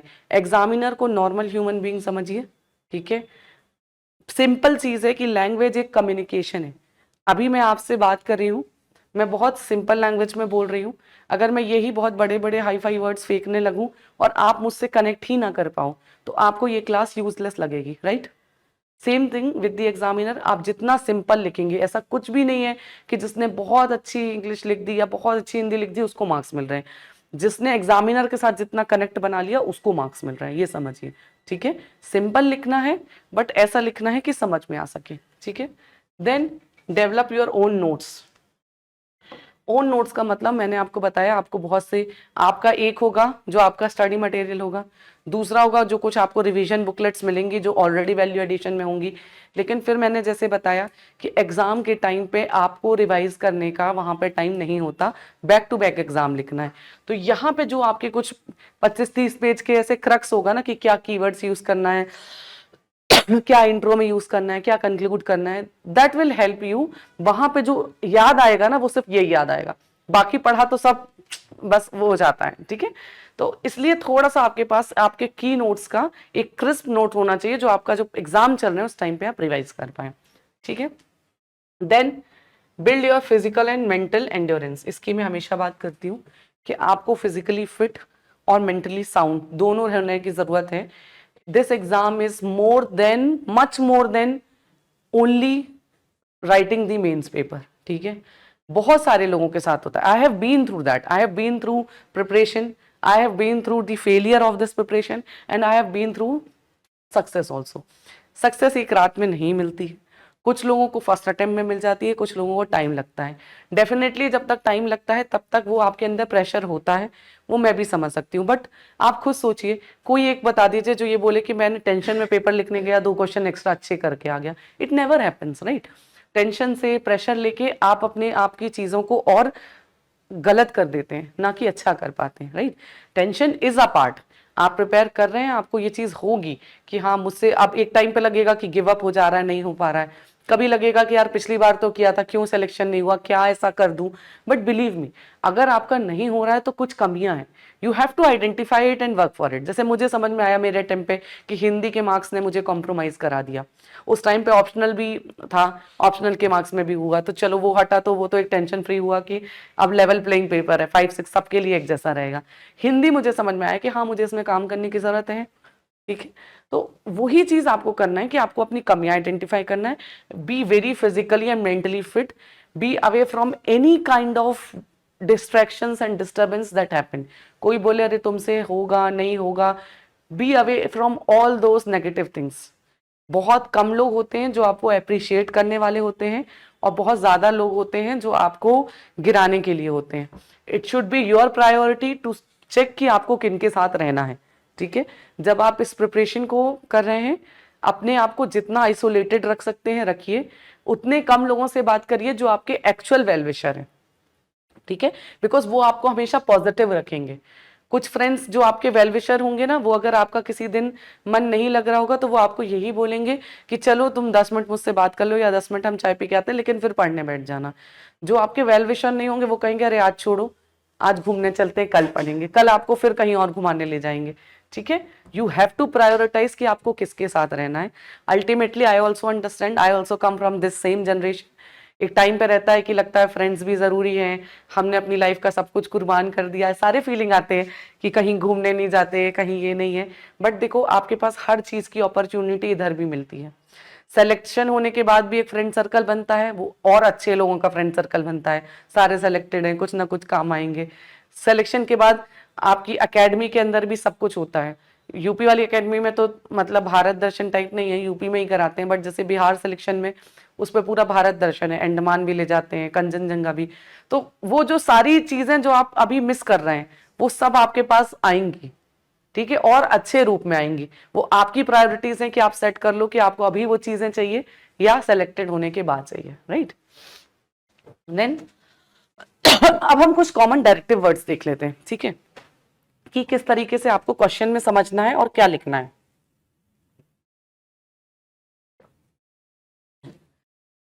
इसका पीडीएफ का लिखने की जरूरत नहीं है, you will get this PDF, मैं बोल दूंगी टेलीग्राम चैनल में, दे विल अपलोड इट, ठीक है. फॉर एग्जाम्पल एनालाइज आता है, ठीक है. एनालाइज का मतलब होता है कि आप जो भी आपसे क्वेश्चन पूछ रहा है उसको ब्रेक डाउन करो छोटे छोटे पार्ट में, ठीक है. और उसमें पहले तो जब आप ब्रेक डाउन कर रहे हो तो सारी स्ट्रेंथ बताओ, बाद में कुछ कमियां भी बताओ, ठीक है. अब आप खुद सोच के देखो, जैसे कि फॉर एग्जाम्पल ये मेरे पास किसी बच्चे की कॉपी है, ठीक है. अब मैं अगर आपको ये कॉपी दे दूं कि आपको इस कॉपी को एनालाइज करना है, तो आप क्या करेंगे कि आप इसमें तो पहले इसको बारीकी से पढ़ेंगे. आप देखेंगे कि कौन सा एरिया इसका अच्छा है, किस एरिया में अच्छा है, तो क्या अच्छा है, आप इस तरीके से ब्रेक डाउन करेंगे. बट जब आप एनालाइज करके अपना रिव्यू देंगे फाइनली, तो उसमें आप लिखेंगे you have this this this this strength, however you need to work upon these things, है ना. तो यही चीज आपको एनालाइज वाले क्वेश्चंस में करना होता है. जब भी एनालाइज रखा हो, जैसे analyze the impact of globalization in the Indian society, ठीक है. तो ग्लोबलाइजेशन से भी आप देखिए, पीवाईक्यू से ही मैंने ये चीज उठाई. ग्लोबलाइजेशन का किसी भी सेक्शन ऑफ द सोसाइटी में आता ही आता है क्वेश्चन, राइट. तो अब यहाँ पे एनालाइज पूछ रहा है, ठीक है. तो सबसे पहले तो, और किस एस्पेक्ट में पूछ रहा है, इंडियन इकोनॉमी. तो इकोनॉमी में सब चीज बताएंगे भाई, ग्लोबलाइजेशन हुआ, डिफरेंट मार्केट खुले तो जीडीपी इंक्रीज हुई, है ना. बहुत सारा एफडीआई आने लगा, है ना, इन्वेस्टमेंट बढ़ा, इंडस्ट्रीज बढ़ी, आईटी सेक्टर कैसे बूम करा, है ना. फिर आपने देखा कि एग्रीकल्चर भी डाइवर्सिफाई हुआ ना, डिफरेंट टाइप ऑफ क्रॉप्स कर रहे हैं, तो वो भी कहीं ना कहीं इकोनॉमी को प्रमोट कर रहे हैं, हम यहाँ से एग्रीकल्चर एक्सपोर्ट बढ़ा रहे हैं, ठीक है, इनहेंस्ड एक्सपोर्ट्स की बात है। तो ये सब तो हो गया, आपने एनालाइज किया। हाउएवर कुछ तो इकोनॉमी में चैलेंज भी आए होंगे जो रिव्यू करने की जरूरत है, तो वो होंगे नेगेटिव एस्पेक्ट्स, इसको लिखेंगे। एंड देन नेवरदलेस हमेशा जो एनालाइज करने के टाइम पे हम जैसे किसी की कॉपी एनालाइज कर रहे हैं, फॉर एग्जाम्पल कॉपी इवेलुएट भी करते हैं, इररिस्पेक्टिव ऑफ उसका कितना भी नेगेटिव हो, हम उसको जो कंक्लूडिंग रिमार्क देते हैं वो चीयरिंग अप टाइप का देते हैं ना, कि नहीं नहीं बट तुम में ये अच्छा है और तुम अच्छा कर सकते हो। एनालाइज का कंक्लूजन जो है वो हमेशा उसी टोन पे होना चाहिए, ठीक है। नेक्स्ट है अबाउट क्रिटिकली एनालाइज। अब देखिए क्रिटिक का मतलब ही होता है आलोचक, आलोचना करना, ठीक है। तो जब आप क्रिटिक कर रहे हैं किसी चीज की, तो आपका 75-25 का राउंड रेशियो रहता है, ठीक है, जिसपे इस चीज को आप पॉजिटिव के बारे में बताओगे, बट यहाँ पे आप इसके नेगेटिव्स पे जाओगे, ठीक है। तो क्रिटिकली एनालाइज मतलब आपको एनालाइज तो वही तरीके से करना है, बट उसका क्रिटिक भी देना है। जब एनालाइज करते हैं तो इंप्रूवमेंट के स्कोप्स बताते हैं, जब क्रिटिक करते हैं तो उसमें नेगेटिव्स बताते हैं कि क्या क्या नेगेटिव्स हैं। For example, critically analyse the effectiveness of PDS system in ensuring food security in India, ठीक है। तो फूड सिक्योरिटी में क्या क्या मतलब पीडीएस में कैसे फूड सिक्योरिटी जो है इंश्योर हो रही है वो बताना है, ठीक है। तो पहले आप बताएंगे कि क्या हो रहा है, कि भाई कैसे पीडीएस काम कर रहा है, एनएफएसए के अंदर कवर है, या जैसे फूड ग्रेन्स की अवेलेबिलिटी को स्टेबलाइज करता है ना, कभी कोई ऐसी क्राइसिस सिचुएशन आ जाए, हंगर को रिड्यूस कर रहा है। अगेन देखो, सिर्फ और सिर्फ ऐसा नहीं है कि पीडीएस इकोनॉमी, तो ये सिर्फ हम इकोनॉमिक एस्पेक्ट में, सोशल एस्पेक्ट को भी लेकर आए, ठीक है। Then act as anti inflation buffer ना, कि इन्फ्लेशन कभी आ जाए तो उसके लिए बफर के तरह काम आता है। तो ये सब आपने बताया। हाउएवर कुछ दिक्कतें भी होंगी, लीकेज सबसे बड़ा दिक्कत है, फिजिकल बर्डन, कितना सारा गोडाउन भर के रखते हैं तो कितना सारा फिजिकल बर्डन है। क्वालिटी इशू, कई बार आप देखिए जो पीडीएस में जो क्वालिटी ऑफ फूड ग्रेन दिया जाता है वो ऐसे ही कुछ भी दे दिया जाता है ना। रीजनल डिस्पैरिटीज देखने को मिली है। तो ये होता है जब आपको क्रिटिकली असेस करने के लिए आ रहा है ना, कि आपने बता दिया, ठीक है, एंड बोथ साइड को बैलेंस करके, और फिर आपको इसमें रिफॉर्म्स बताने चाहिए। जब क्रिटिकली असेसमेंट है ना, तो क्योंकि आपने दोनों चीज बता दी कि इसके पॉजिटिव है इसके नेगेटिव है, क्रिटिकली असेसमेंट वाले क्वेश्चंस वे फॉरवर्ड के साथ आने चाहिए, और वे फॉरवर्ड में रिफॉर्म्स आना चाहिए। देखिए बहुत छोटी छोटी चीजें हैं, और यही एक्चुअल में आपको एग्जाम में नंबर ज्यादा दिलाने के काम करती है। बिकॉज अब आप सोचिए कि आप इस तरीके से सोच के इससे पहले आंसर्स लिख रहे थे, यही आपको हेल्प करेगा कि आप कितने अच्छे से मार्क्स वहां पे गेन कर पाएंगे। तो जब भी आप क्रिटिकली असेस कर रहे हैं, आपने क्रिटिकली असेसमेंट बनाया ना अपना, तो असेसमेंट बताएंगे तो आप उसमें कुछ तो वे फॉरवर्ड बताएंगे किस तरीके से इसको सही करें। क्रिटिकली असेस करने में वे फॉरवर्ड लिखना है। देन है इवेल्युएट, ठीक है। इवेल्युएट करने का मतलब होता है कि you are assessing the value of something, ठीक है। आप किसी चीज की वैल्यू बता रहे हैं कि इसकी वैल्यू कितनी है, तो मतलब आप उसके सिग्निफिकेंस को बता रहे हैं, ठीक है। इवेल्युएट में मेजर पोर्शन जो है वो उसके सिग्निफिकेंस को बताने में जाना चाहिए। For example, evaluate the role of judiciary in upholding constitutional morality in India, ठीक है। जुडिशियरी कैसे कैसे कॉन्स्टिट्यूशनल मोरालिटी को अपहोल्ड कर रहा है, तो यहाँ पे जुडिशरी का कुल मिला के सिग्निफिकेंस बताना है कि क्या सिग्निफिकेंस वो होल्ड करता है कॉन्स्टिट्यूशन को अपहोल्ड करने में, है ना। तो जैसे Kesavananda Bharati case, doctrine of basic structure, rule of law को लाना, एनजेक का जजमेंट है, पीआईएल को एंटरटेन करना, तो ये सब क्या है, ये जुडिशरी का दिखाता है कि वो किस तरीके से अपहोल्ड करता है, ठीक है। और हाउएवर कुछ फ्लॉज हैं, मतलब जो अभी परसिस्ट करते हैं, जिन पे काम करने की जरूरत है, ठीक है। तो you will not take it totally as a negative aspect, but you will take it कि ये सिग्निफिकेंस है और इन चीजों में काम करने की जरूरत है, ठीक है। तो इसको नेगेटिव एस्पेक्ट की जगह needs to be work upon.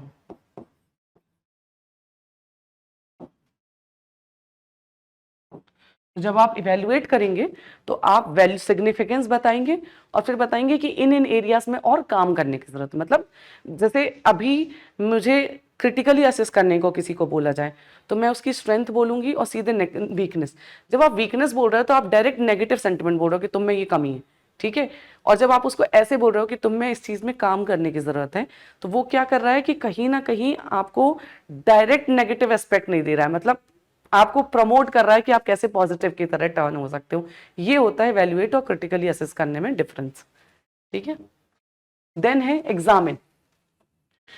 Examine में नेगेटिव नहीं लाना होता है। एग्जामिन में जैसे मैं आपसे बोलूं कि इस चीज को एग्जामिन करो, फॉर एग्जांपल जब हम केमिस्ट्री लैब में होते थे, बहुत से लोगों का आप में से साइंस बैकग्राउंड होगा, केमिस्ट्री लैब में जाते थे तो लैब में बोल देते थे कि इस बीकर में क्या क्या गैस निकल रही है, क्या है, एग्जामिन करो।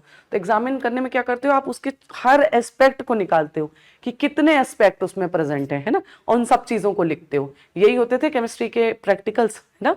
तो एग्जामिन का मतलब होता है कि आप उसमें कितने एस्पेक्ट्स ढूंढ पा रहे हो, ठीक है। जितने ज्यादा एस्पेक्ट्स को ढूंढेंगे वही एग्जामिन होता है।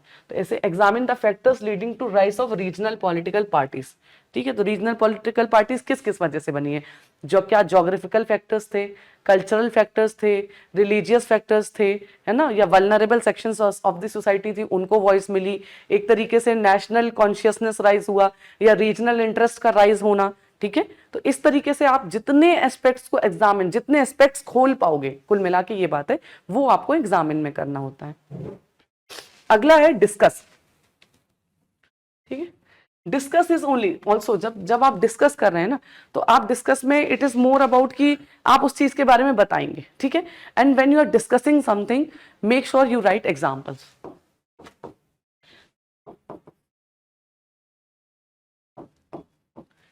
अभी जैसे देखिए ये डिस्कशन क्लास है, राइट। मैं आपके साथ बहुत से एस्पेक्ट एग्जाम के डिस्कस कर रही हूँ, बट जब मैं आपसे डिस्कस कर रही हूँ तो मैं यहाँ आपको एग्जाम्पल्स बता रही हूँ, है ना, कि ये चीज एग्जाम पे आई थी, ये चीज वर्क की, ऐसा मैंने देखा। So I am substantiating my ideology, I am substantiating my views with some example. तो डिस्कस में आपको एग्जाम्पल्स को लेके आना है, this you have to be very sure, ठीक है। अब for example role of technology in agriculture productivity. अब देखिए, हो सकता है माइट भी आपने नहीं पढ़ा है कि क्या क्या टेक्नोलॉजी एग्रीकल्चर प्रोडक्टिविटी, और ऐसे बहुत से क्वेश्चन एग्जाम में आते हैं जो हम कई बार ये सोचते हैं ना, बहुत से लोगों के ये भी क्वेश्चन होते हैं कि आंसर राइटिंग स्टार्ट ही कहाँ से करें, ये नहीं समझ में आ रहा है। आंसर राइटिंग को आपको बहुत लेमन की तरह स्टार्ट करना होता है, अपने जो आपने ग्राउंड लेवल पे विजिबिलिटी बनाई है इस लेवल से। For example technology in agriculture, मुझे नहीं पता कि कैसे इसको फ्रेम करना है, बट मुझे ये तो पता है कि एग्रीकल्चर कैसे होता है। इंडिया में ऐसे बहुत कम ही घर होंगे जिनके एग्रीकल्चर रूट्स नहीं हो, सबके एक रूरल रूट्स हैं। खेती किसानी हम एटलीस्ट पढ़ते तो हैं, कि जानते तो हैं क्या है। एग्रीकल्चर स्टार्ट कहाँ से होता है, ठीक है। सबसे पहले स्टार्ट होगा सॉइल को टिल करने से। तो सॉइल को टिल करने के लिए जो टिलर्स यूज हो रहे हैं वो मशीन से, दे आर टेक्नोलॉजी। फिर उसके बाद आप क्या डाल रहे हो, सीड्स। अब हम सीड्स में क्या यूज कर रहे हैं, बायो फोर्टिफाइड यूड्स सीड्स, तो वो क्या है, टेक्नोलॉजी। फिर सीड में क्या डालते हैं हम, खाद। खाद क्या डालते हैं, अब हम देख रहे हैं नैनो फर्टिलाइजर की बात कर रहे हैं, वो क्या है, टेक्नोलॉजी। उसके बाद आप क्या यूज करते हैं उसमें, पानी। पानी डालते हैं, use of sprinklers, sprinkle is a technology, it is part of technology, ठीक है। उसके बाद जैसे वो पेड़ बढ़ के आ जाता है, हार्वेस्टिंग। हार्वेस्टिंग के लिए again you use machinery, that is technology. उसके बाद आप उसको स्टोर कर रहे हैं, ठीक है। फॉर एग्जाम्पल कोई पेरिशेबल चीज है तो आप उसको कोल्ड स्टोरेज में कर रहे हैं, that is also a technology, ठीक है। फिर उसके बाद आप उसको ट्रांसपोर्ट कर रहे हैं, जब आप ट्रांसपोर्ट कर रहे हैं तो आप मेक श्योर कर रहे हो कि कोई लीकेज ना हो, तो आप जीपीएस लगा रहे हो, दैट इज ऑल्सो टेक्नोलॉजी। अब आपने देखा, मैंने ये आंसर कहीं पढ़ा नहीं, just on the basis of observation हमने एक एक चीज ली और हमने कितने 7-8 पॉइंट बना दिए। इससे ज्यादा हम एग्जाम में क्या लिखेंगे, और हर पॉइंट को हमने एग्जाम्पल के साथ डिस्कस कर लिया, ठीक है। तो जब डिस्कस करें तो एग्जाम्पल के साथ करें, और आंसर राइटिंग शुरू करने के लिए भी यही है, बहुत लेमन तरीके से सोसाइटल लेवल पे आप चीजें सोचिए, आपको आराम से आंसर्स लिखने का एक वे मिलेगा कि आपको किस तरीके से लिखना है, ठीक है। देन है एक्सप्लेन, ठीक है। एक्सप्लेन में 2 क्वेश्चन का जवाब देना होता है, व्हाट एंड व्हाई, ठीक है। ये याद रखिए, जब भी एक्सप्लेन कोई क्वेश्चन आ रहा है तो you have to write about what and why, ठीक है। एक्सप्लेन करना है तो क्या है और क्यों है। एक्सप्लेन सस्टेनेबल डेवलपमेंट, तो व्हाट इज सस्टेनेबल डेवलपमेंट और व्हाई इट इज एसेंशियल। भाई एक्सप्लेन कर रहे हो तो आप बताओगे ना कि हाँ, अगर हम इसको इतना एक्सप्लेन किया है या इतना काम की चीज है तो क्यों है। तो क्या और क्यों साथ में जाता है एक्सप्लेन के क्वेश्चन में। जब भी क्वेश्चन एक्सप्लेन करने को बोल रहा है, आपको इन 2 एस्पेक्ट पे आंसर को लिखना है, ठीक है। जैसे example, explain the concept of sustainable development and its relevance to inclusive development. सबसे पहले एक्सप्लेन सस्टेनेबल डेवलपमेंट, आप बताइए, ठीक है, सस्टेनेबल डेवलपमेंट क्या होता है। अब हम ये चीज़ तो हम प्री के टाइम से पढ़ रहे हैं कि हमें इस तरीके से डेवलपमेंट करनी है कि हम अपनी जनरेशन की नीड्स को पूरा करें, पर without compromising with the needs of the other future generation, right. इस तरीके से हमने सस्टेनेबल डेवलपमेंट समझाया, एक्सप्लेन किया। ठीक है, आपको लग रहा है कि वहां पे कुछ डायग्राम बनाना है कि किस तरीके से, तो आपने बना दिया। Then why it is relevant, आप बताएंगे कि क्यों रेलेवेंट है। अब यहाँ पे सब लाइए, सोशल एस्पेक्ट भी लाइए, वुमेन का एस्पेक्ट भी लाइए, चिल्ड्रन का एस्पेक्ट भी लाइए, क्लाइमेट का एस्पेक्ट भी लाइए, इंटरनेशनल रिलेशन का भी एस्पेक्ट लाइए, ना क्लीन एनर्जी का भी एस्पेक्ट लाइए। जितना सस्टेनेबल डेवलपमेंट गोल्स पढ़ते हैं हर तरीके के लाइए। आपको अगर पेपर को एनालाइज किया होगा, सस्टेनेबल डेवलपमेंट और इंक्लूसिव ग्रोथ में भी एवरी सेकेंड ईयर क्वेश्चन आता है ना। So that is I have taken this question. तो इस तरीके से आपको एक्सप्लेन करके एंड देन उसको एक पॉजिटिव आउटलुक में कंक्लूड कर देना है। देन आता है कमेंट। तो जब आप कमेंट कर रहे हैं किसी पे, तो कमेंट हमेशा इन फेवर और इन अगेंस्ट ही करेंगे, ठीक है। For example, comment the effectiveness of RTI in promoting transparency. RTI की इफेक्टिवनेस बताना, तो आप आरटीआई बता देंगे। अब देखिए आरटीआई है, आरटीआई आया था Namit Sharma versus union of Indian case, ठीक है। एक पर्सन होगा जो आरटीआई को एक्सप्लेन करते समय क्या करेगा, लिख देगा आरटीआई, आरटीआई एक्ट 2005 से आया टू ब्रिंग ट्रांसपेरेंसी और ये वो। अब एक होगा जो केस को भी मेंशन करेगा अपने इंट्रो में। किसको ज्यादा मार्क्स, एक इंप्रेशन किसका क्रिएट होगा ना। तो थोड़ा सा इन सब चीजों को, इसके भी आपको वैलिडेशन में हम एक डॉक्यूमेंट ये भी बनवा रहे हैं जिसमें शेड्यूल मतलब जो एरिया वाइज आपको केस के डॉक्यूमेंट मिलेगा, तो आपको आइडेंटिफाई करना इजी रहेगा कि कौन सा मैं एग्जाम में पुट कर सकूं। These things definitely help you. मैं हमेशा एक बात बोलती हूं, you have to make one mindset how to get half marks extra in each question. आपको बाकी लोगों से half marks extra each question में जाना चाहिए। उसके लिए आप क्या कर रहे हैं, अगर आप इस मेंटालिटी से पेपर लिखेंगे, सुनने में हाफ मार्क्स लगता है बट एक पेपर में 10 मार्क्स, ठीक है। 6 जीएस के पेपर है 60 मार्क्स। 60 मार्क्स किसी को लिस्ट से बाहर भी करा सकते हैं और टॉप भी करा सकते हैं। That is the role of this half marks each question, ठीक है। तो अपने माइंडसेट को इस तरीके से आज से डेवलप करिए कि how to get that half marks extra for each question, right. तो जब भी कमेंट की बात आएगी तो you are commenting on someone, so you will comment on the positive aspects and you will the comment on the negative aspects, ठीक है। तो इसमें 50-50 बैलेंस करके आप कमेंट कर देते हो, है ना। जैसे आरटीआई ने कैसे करप्शन को एक्सपोज किया, सिटीजन पार्टिसिपेशन दिखाया, है ना, इन और मीडिया वगैरह को वॉइस दी कि वो वॉइस रेज कर पा रहे हैं, ट्रांसपेरेंसी को लाया, अकाउंटेबिलिटी इंक्रीज किया, ठीक है। बट कुछ कुछ चीजें हैं भी कि टाइमली एक्सेस नहीं मिल पा रहा है आरटीआई का। कई हमने आरटीआई रिलेटेड डेथ भी देखी है ना। विसिल ब्लोअर को प्रोटेक्शन नहीं है, तो ये क्या है, ये आप कमेंट कर रहे हैं कि भाई ये कुछ चीजें हैं जो दिक्कत है। हाउएवर आपका एक यहाँ पे फाइनल स्टैंड होना चाहिए। आप एक चीज याद रखिए, जब आप एक्सप्लेन ये कर रहे हैं, कमेंट कर रहे हैं, फॉर एग्जाम्पल अगर मैं, जैसे कि हमने हमारी जो मेंटोरशिप की, आज जैसे यहाँ ऑनलाइन ऑफलाइन क्लास है, ऑनलाइन भी कुछ क्लासेस होती हैं जिसमें मैं कई बार कॉपीज भी देखती हूँ। अब कॉपीज देख के मैं कमेंट करती हूँ कि आपकी कॉपी में ये अच्छा है, ये बुरा है, बट ओवरऑल मेरा एक फाइनल स्टैंड भी होता है ना, कि आपको ये चीज करने की जरूरत है। तो जब भी आप कमेंट लिख रहे हैं, बिकॉज यू आर कमेंटिंग, तो आपका खुद का एक स्टैंड होना चाहिए। तो यहाँ पे आपको अपना पर्सनल वर्डिक्ट होना चाहिए, ठीक है। कमेंट के क्वेश्चन को खत्म करने के लिए आपका अपना एक पर्सनल वर्डिक्ट होना चाहिए। देन है आंसर राइटिंग। बहुत से लोगों को है कि इफेक्टिव आंसर राइटिंग कैसी होनी चाहिए।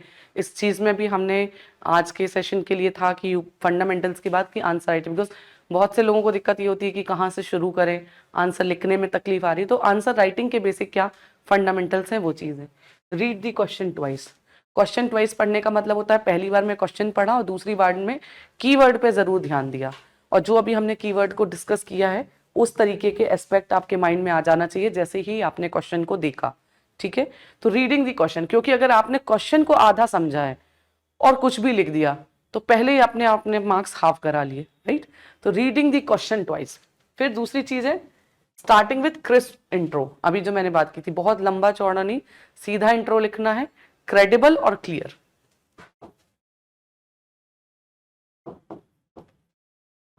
देन सब हेडिंग्स, इसकी भी बात की है कि सब हेडिंग जितनी क्लियर होंगी उससे एग्जामिनर को समझ में आएगा कि आपको क्वेश्चन समझ में आ गया कि नहीं। लॉजिकल स्ट्रक्चर होना चाहिए बॉडी का, ठीक है, मतलब अभी जैसे हमने बात की कि कमेंट करना है तो कब पॉजिटिव कब नेगेटिव, कब नेगेटिव को डायरेक्ट क्रिटिक के रूप में दिखाना है और कब हमें दिखाना है कि क्या सुधार कर सकते हैं, कहाँ आपका पर्सनल स्टैंड आना चाहिए। तो ये जो लॉजिकल स्ट्रक्चर है आंसर का वो मेंटेन होना चाहिए। ठीक है, उसके बाद अगर पैराग्राफ लिखने की ही आदत है तो मेक श्योर करो शॉर्ट लिखो 2-3 लाइन का, वरना मैं तो सजेस्ट पॉइंटर्स ही करती हूँ। ठीक है, तो अगर बुलेट पॉइंट्स में लिखें तो दिस इज बेस्ट, बट अगर आप पैराग्राफ की ही आदत है कि नहीं सही हो पा रही है, मेक श्योर करो 2-3 लाइन से ऊपर के नहीं, वो 2-3 लाइन बाद तोड़ दो पैराग्राफ। ठीक है, कीवर्ड्स का use, this is very important. ठीक है, आपके कीवर्ड्स, जैसे इकोनॉमी का क्वेश्चन है तो यूपी ने $1 ट्रिलियन इकोनॉमी को के लिए जो उनका लक्ष्य है। ठीक है, तो जो कीवर्ड्स इस तरीके के हैं, एक कीवर्ड्स की लिस्ट बनानी चाहिए आपको जब आप पढ़ भी रहे हैं ना। पढ़ते समय आपके रिसोर्सेस में भी जो है वो आपको कीवर्ड्स मिल रहे हैं, आप उन कीवर्ड्स को मार्क करिए। ठीक है, और उन कीवर्ड्स को लिखिए। तो क्या होगा कि जब आप आंसर राइटिंग करेंगे, जब फाइनल डे पे जब एग्जाम पे आप लिखने जाएंगे, तो वो कीवर्ड्स की हेल्प से आपको वो कीवर्ड्स जब याद आएंगे तो कहीं ना किसी किसी आप कंक्लूजन में फिट कर देंगे। ठीक है, तो कीवर्ड्स को एक अलग लिस्ट ही बना लीजिए पढ़ते समय। उसके बाद है डेटा एंड एग्जाम्पल। देखिए, ये पूरी क्लास आपके लिए लेस इंटरेस्टिंग होती, इंटरेस्टिंग है कि नहीं पहले ये तो बता दो, नहीं तो मुझे लगे मेरा सेल्फ असम्पशन है। तो ये पूरी क्लास आपके लिए लेस इंटरेस्टिंग होती अगर मैं सिर्फ बातें कर रही होती और आपके सामने उन चीज़ों के एग्जाम्पल्स नहीं रख रही होती। So every point which I am discussing here I am trying to put या तो PYQ से एग्जाम्पल, या मेरा पर्सनल एक्सपीरियंस क्या रहा है, या मैंने जो अपनी कॉपीज इवेल्युएटेड देखी उस बेसिस में। तो जब भी आप डेटा और एग्जाम्पल रखते हो, वो ये दिखाता है कि आपने जो चीज़ लिखी है उसके बारे में आपने ये चीज़ क्यों लिखी है। ठीक है, तो इसलिए कोशिश करिए कि डेटा और एग्जाम्पल्स को बहुत फिट करें। GS में मिल जाएगा 5-6 का वो डॉक्यूमेंट ज़रूर पढ़ें, उसको बहुत मेहनत करके इसलिए ही बनवाया जा रहा है। रीज़न भी कि आपको जो भी चीज़ें आप यहाँ पे देख रहे हैं, जितना भी हमने बात की है कि कैसे कैसे, तो आपको ये समझ में आ गया होगा कि कहीं ना कहीं आई हैव दैट कमांड की what is required in the examination and that will be there. तो जो भी चीज़ें आपको आसानी से मिल जाए उन पर बहुत टाइम वेस्ट मत करिए, उनको उठाइए और सीधे याद करके लिखिए। Then is diagrams and flow chart. ठीक है, ये नहीं कि पूरी कॉपी ही फ्लो चार्ट बना दी या पूरी कॉपी में हर एस्पेक्ट को डायग्राम से बनाइए। आपको एक चीज समझ में आनी चाहिए कि कौन सा क्वेश्चन का मेन पार्ट है और कौन सा सब पार्ट है। ठीक है, मेन पार्ट को हमेशा पॉइंट से डिनोट करिए, बिकॉज पॉइंट्स में क्या होता है, पॉइंट के बाद एग्जाम्पल लिखने बन जाता है। फ्लो चार्ट में आप वहीं वहीं कहाँ पॉइंट लिखेंगे और एग्जाम्पल लिखेंगे, तो जो लेस इंपॉर्टेंट पार्ट होता है, सब पार्ट होता है। फॉर एग्जाम्पल गवर्नमेंट मेजर्स, अब गवर्नमेंट मेजर्स लिखे हैं तो मान लो 5 स्कीम के नाम लिख लें तो उसको फ्लो चार्ट बना दो। फॉर एग्जाम्पल अगर सिर्फ लिमिटेशन बताना है 4-5 पॉइंट तो फ्लो चार्ट बना दो, लेकिन जो क्वेश्चन का मेन एस्पेक्ट है उसको पॉइंटर्स में लिखो, सो दैट आपके पास एग्जाम्पल लिखने की अपॉर्चुनिटी रहे। तो फ्लो चार्ट और डायग्राम्स बनाने हैं, लेकिन बहुत ज्यादा नहीं, सब पार्ट में, सो दैट थोड़ा टाइम भी कम लगे, कॉपी भी ऐसा लगे कि हाँ एक मोनोटोनस नहीं हो रही है। ये हमारा एफर्ट होता है कि मोनोटोनस ना बने। बाकी अगर आप सिर्फ पॉइंटर्स में भी लिख रहे हैं तो ऐसा नहीं है कि there is something very wrong you are doing. ठीक है, address both sides in analytical questions, जैसे मैंने बात की ना कि अभी एनालिटिकल या जो भी डायरेक्टिव वर्ड्स आ रहे हैं तो आप बोथ साइड्स को एड्रेस करिए। कई बार हमसे आंसर राइटिंग में यही मिस्टेक होती है कि क्वेश्चन क्या पूछना चाह रहा है, हम उसके सारे एस्पेक्ट्स को डिस्कस नहीं करते हैं आंसर में, तो वो चीज पे काम करना है। Then stick to word limit. When I say stick to word limit, इसका मतलब ये है कि आपको एक चीज पता होना चाहिए कि जैसे 125 वर्ड्स का आंसर है 200 का, तो 125 एक्सटीड्स टू 150 155 तक, 200 वाला अराउंड जाता है 225 टू 30 तक, दिस हैपेंस। ठीक है, तो इस तरीके से आपका वर्ड लिमिट एक्सीड होगा।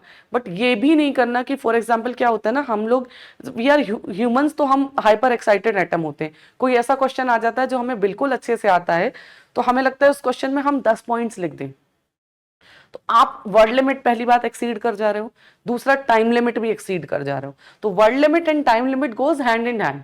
ठीक है, वर्ड लिमिट को इतना एक्सीड नहीं कर देना कि इस एक क्वेश्चन में इतना भावनाओं में बह के लिख दिया कि दूसरे क्वेश्चन के लिए टाइम सफर कर गए। ठीक है, that is about sticking to word limit. Then prioritise clarity over decoration, ये मैं हमेशा बोलती हूँ।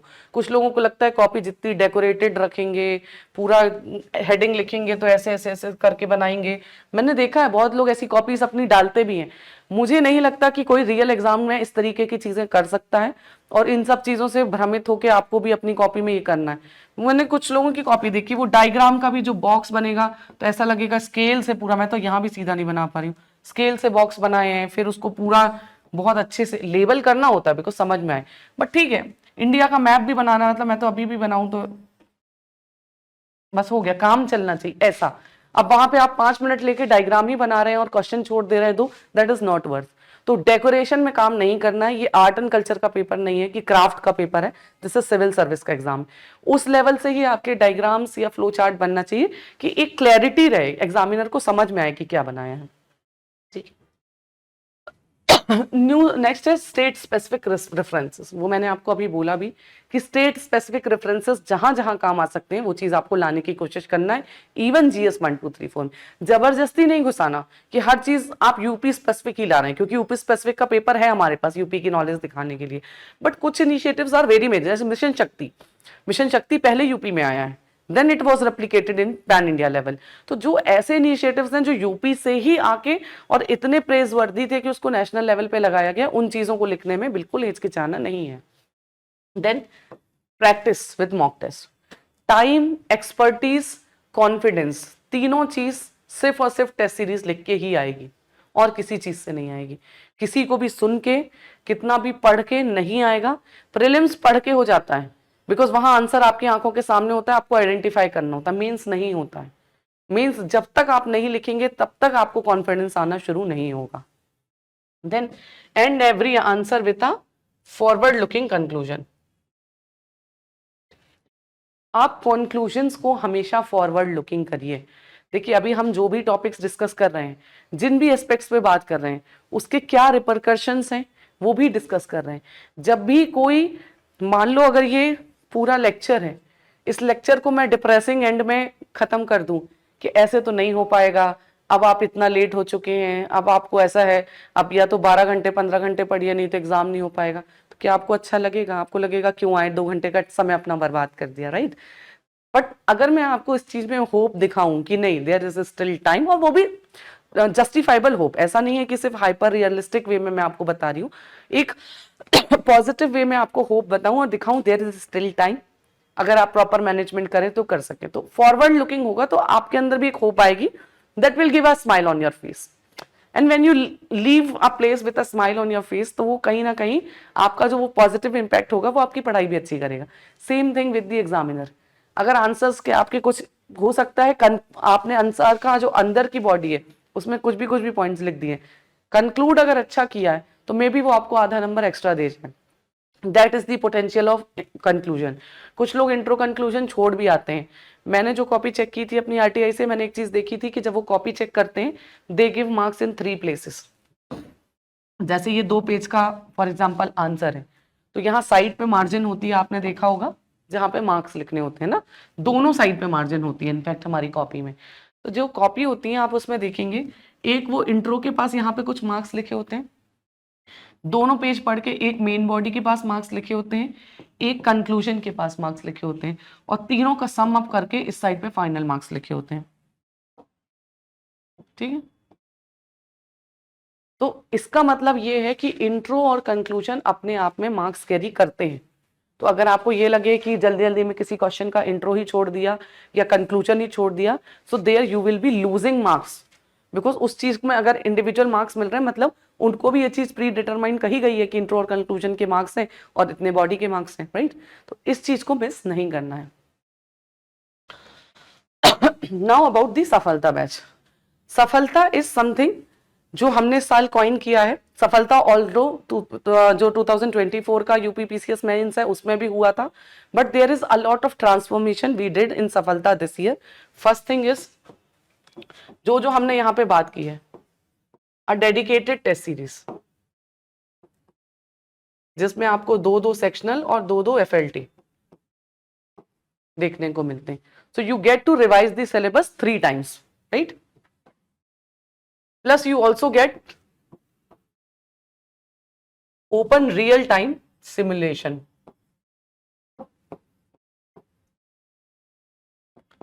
इसमें आपको रियल टाइम सिमुलेशन टेस्ट भी होंगे, जिसमें आप 4 दिन दोनों शिफ्ट पे पेपर लिख के देखेंगे, so that you get the opportunity.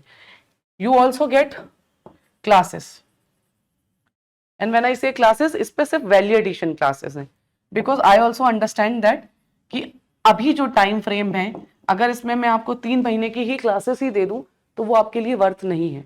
आप GS1 GS2 को 0 से क्लासेस नहीं कर सकते हैं, आप क्लासेस कर सकते हैं सिर्फ उन एस्पेक्ट्स की जो एस्पेक्ट्स जरूरी हैं आपके एग्जाम के लिए। And this is our theme in Safalta, कि यहाँ पे जो आपको क्लासेस प्रोवाइड की जा रही हैं, that is the value addition classes.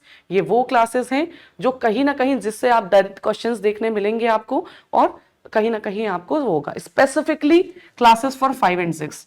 5 and 6 के तो almost major topics will be covered. I am also taking some of the classes there, वहां पे आपको देखने भी मिलेंगी, और लगभग आप पेपर के बाद कहेंगे कि हाँ, मोस्ट ऑफ द क्वेश्चंस यहीं से थे। This we can assure. Apart from that you also get books, ठीक है। तो सारे subject GS1 2 3 4 every book you will be getting in that, and the aspect we started this year, which is MIT booklets। ये most important topics kind of revision booklets हैं that has been crafted by me and my team. तो what we are doing is कि ये revision booklets होंगी, जो हमने जैसे अभी डिस्कस किया कि आपके पास एक स्कीम की बुकलेट होनी चाहिए, सो दैट आप यूपी गवर्नमेंट की स्कीम्स आपको एक जगह मिल जाए, पॉलिसी डॉक्यूमेंट्स होना चाहिए, केस स्टडी होना चाहिए। एथिक्स में अगर आप देखें एथिक्स का पेपर, तो जैसे यूपीएससी में equal weightage of case study और थ्योरी है, यहाँ नहीं है, यहाँ पे 2 ही केस स्टडीज आती हैं। So you will get a document of around 30-35 का केस स्टडी। आपने अगर उतनी भी कर ली, उसके अलावा आपको केस स्टडी में कुछ करने की जरूरत नहीं है, बिकॉज दे आर क्राफ्टेड जिस तरीके की आती हैं, उस सोच को पूरा देखते हुए हमने उसी तरीके से ये डॉक्यूमेंट बनाया। अगर आपने उतना भी पढ़ लिया, so this will help you to save the time, है ना। तो this is what all is required in the entire preparation of mains, की आप 3 महीने को यूटिलाइज करके क्लासेस, चाहे आपके नोट्स, चाहे रिवीजन मॉड्यूल्स, चाहे test series and real time simulation, everything you will get here. So this is all about Safalta, and this is all about the lecture which we took today. जो हमें discuss करना था कि fundamentals of mains क्या है, क्या चीज़ आपको answer writing में करने की जरूरत है,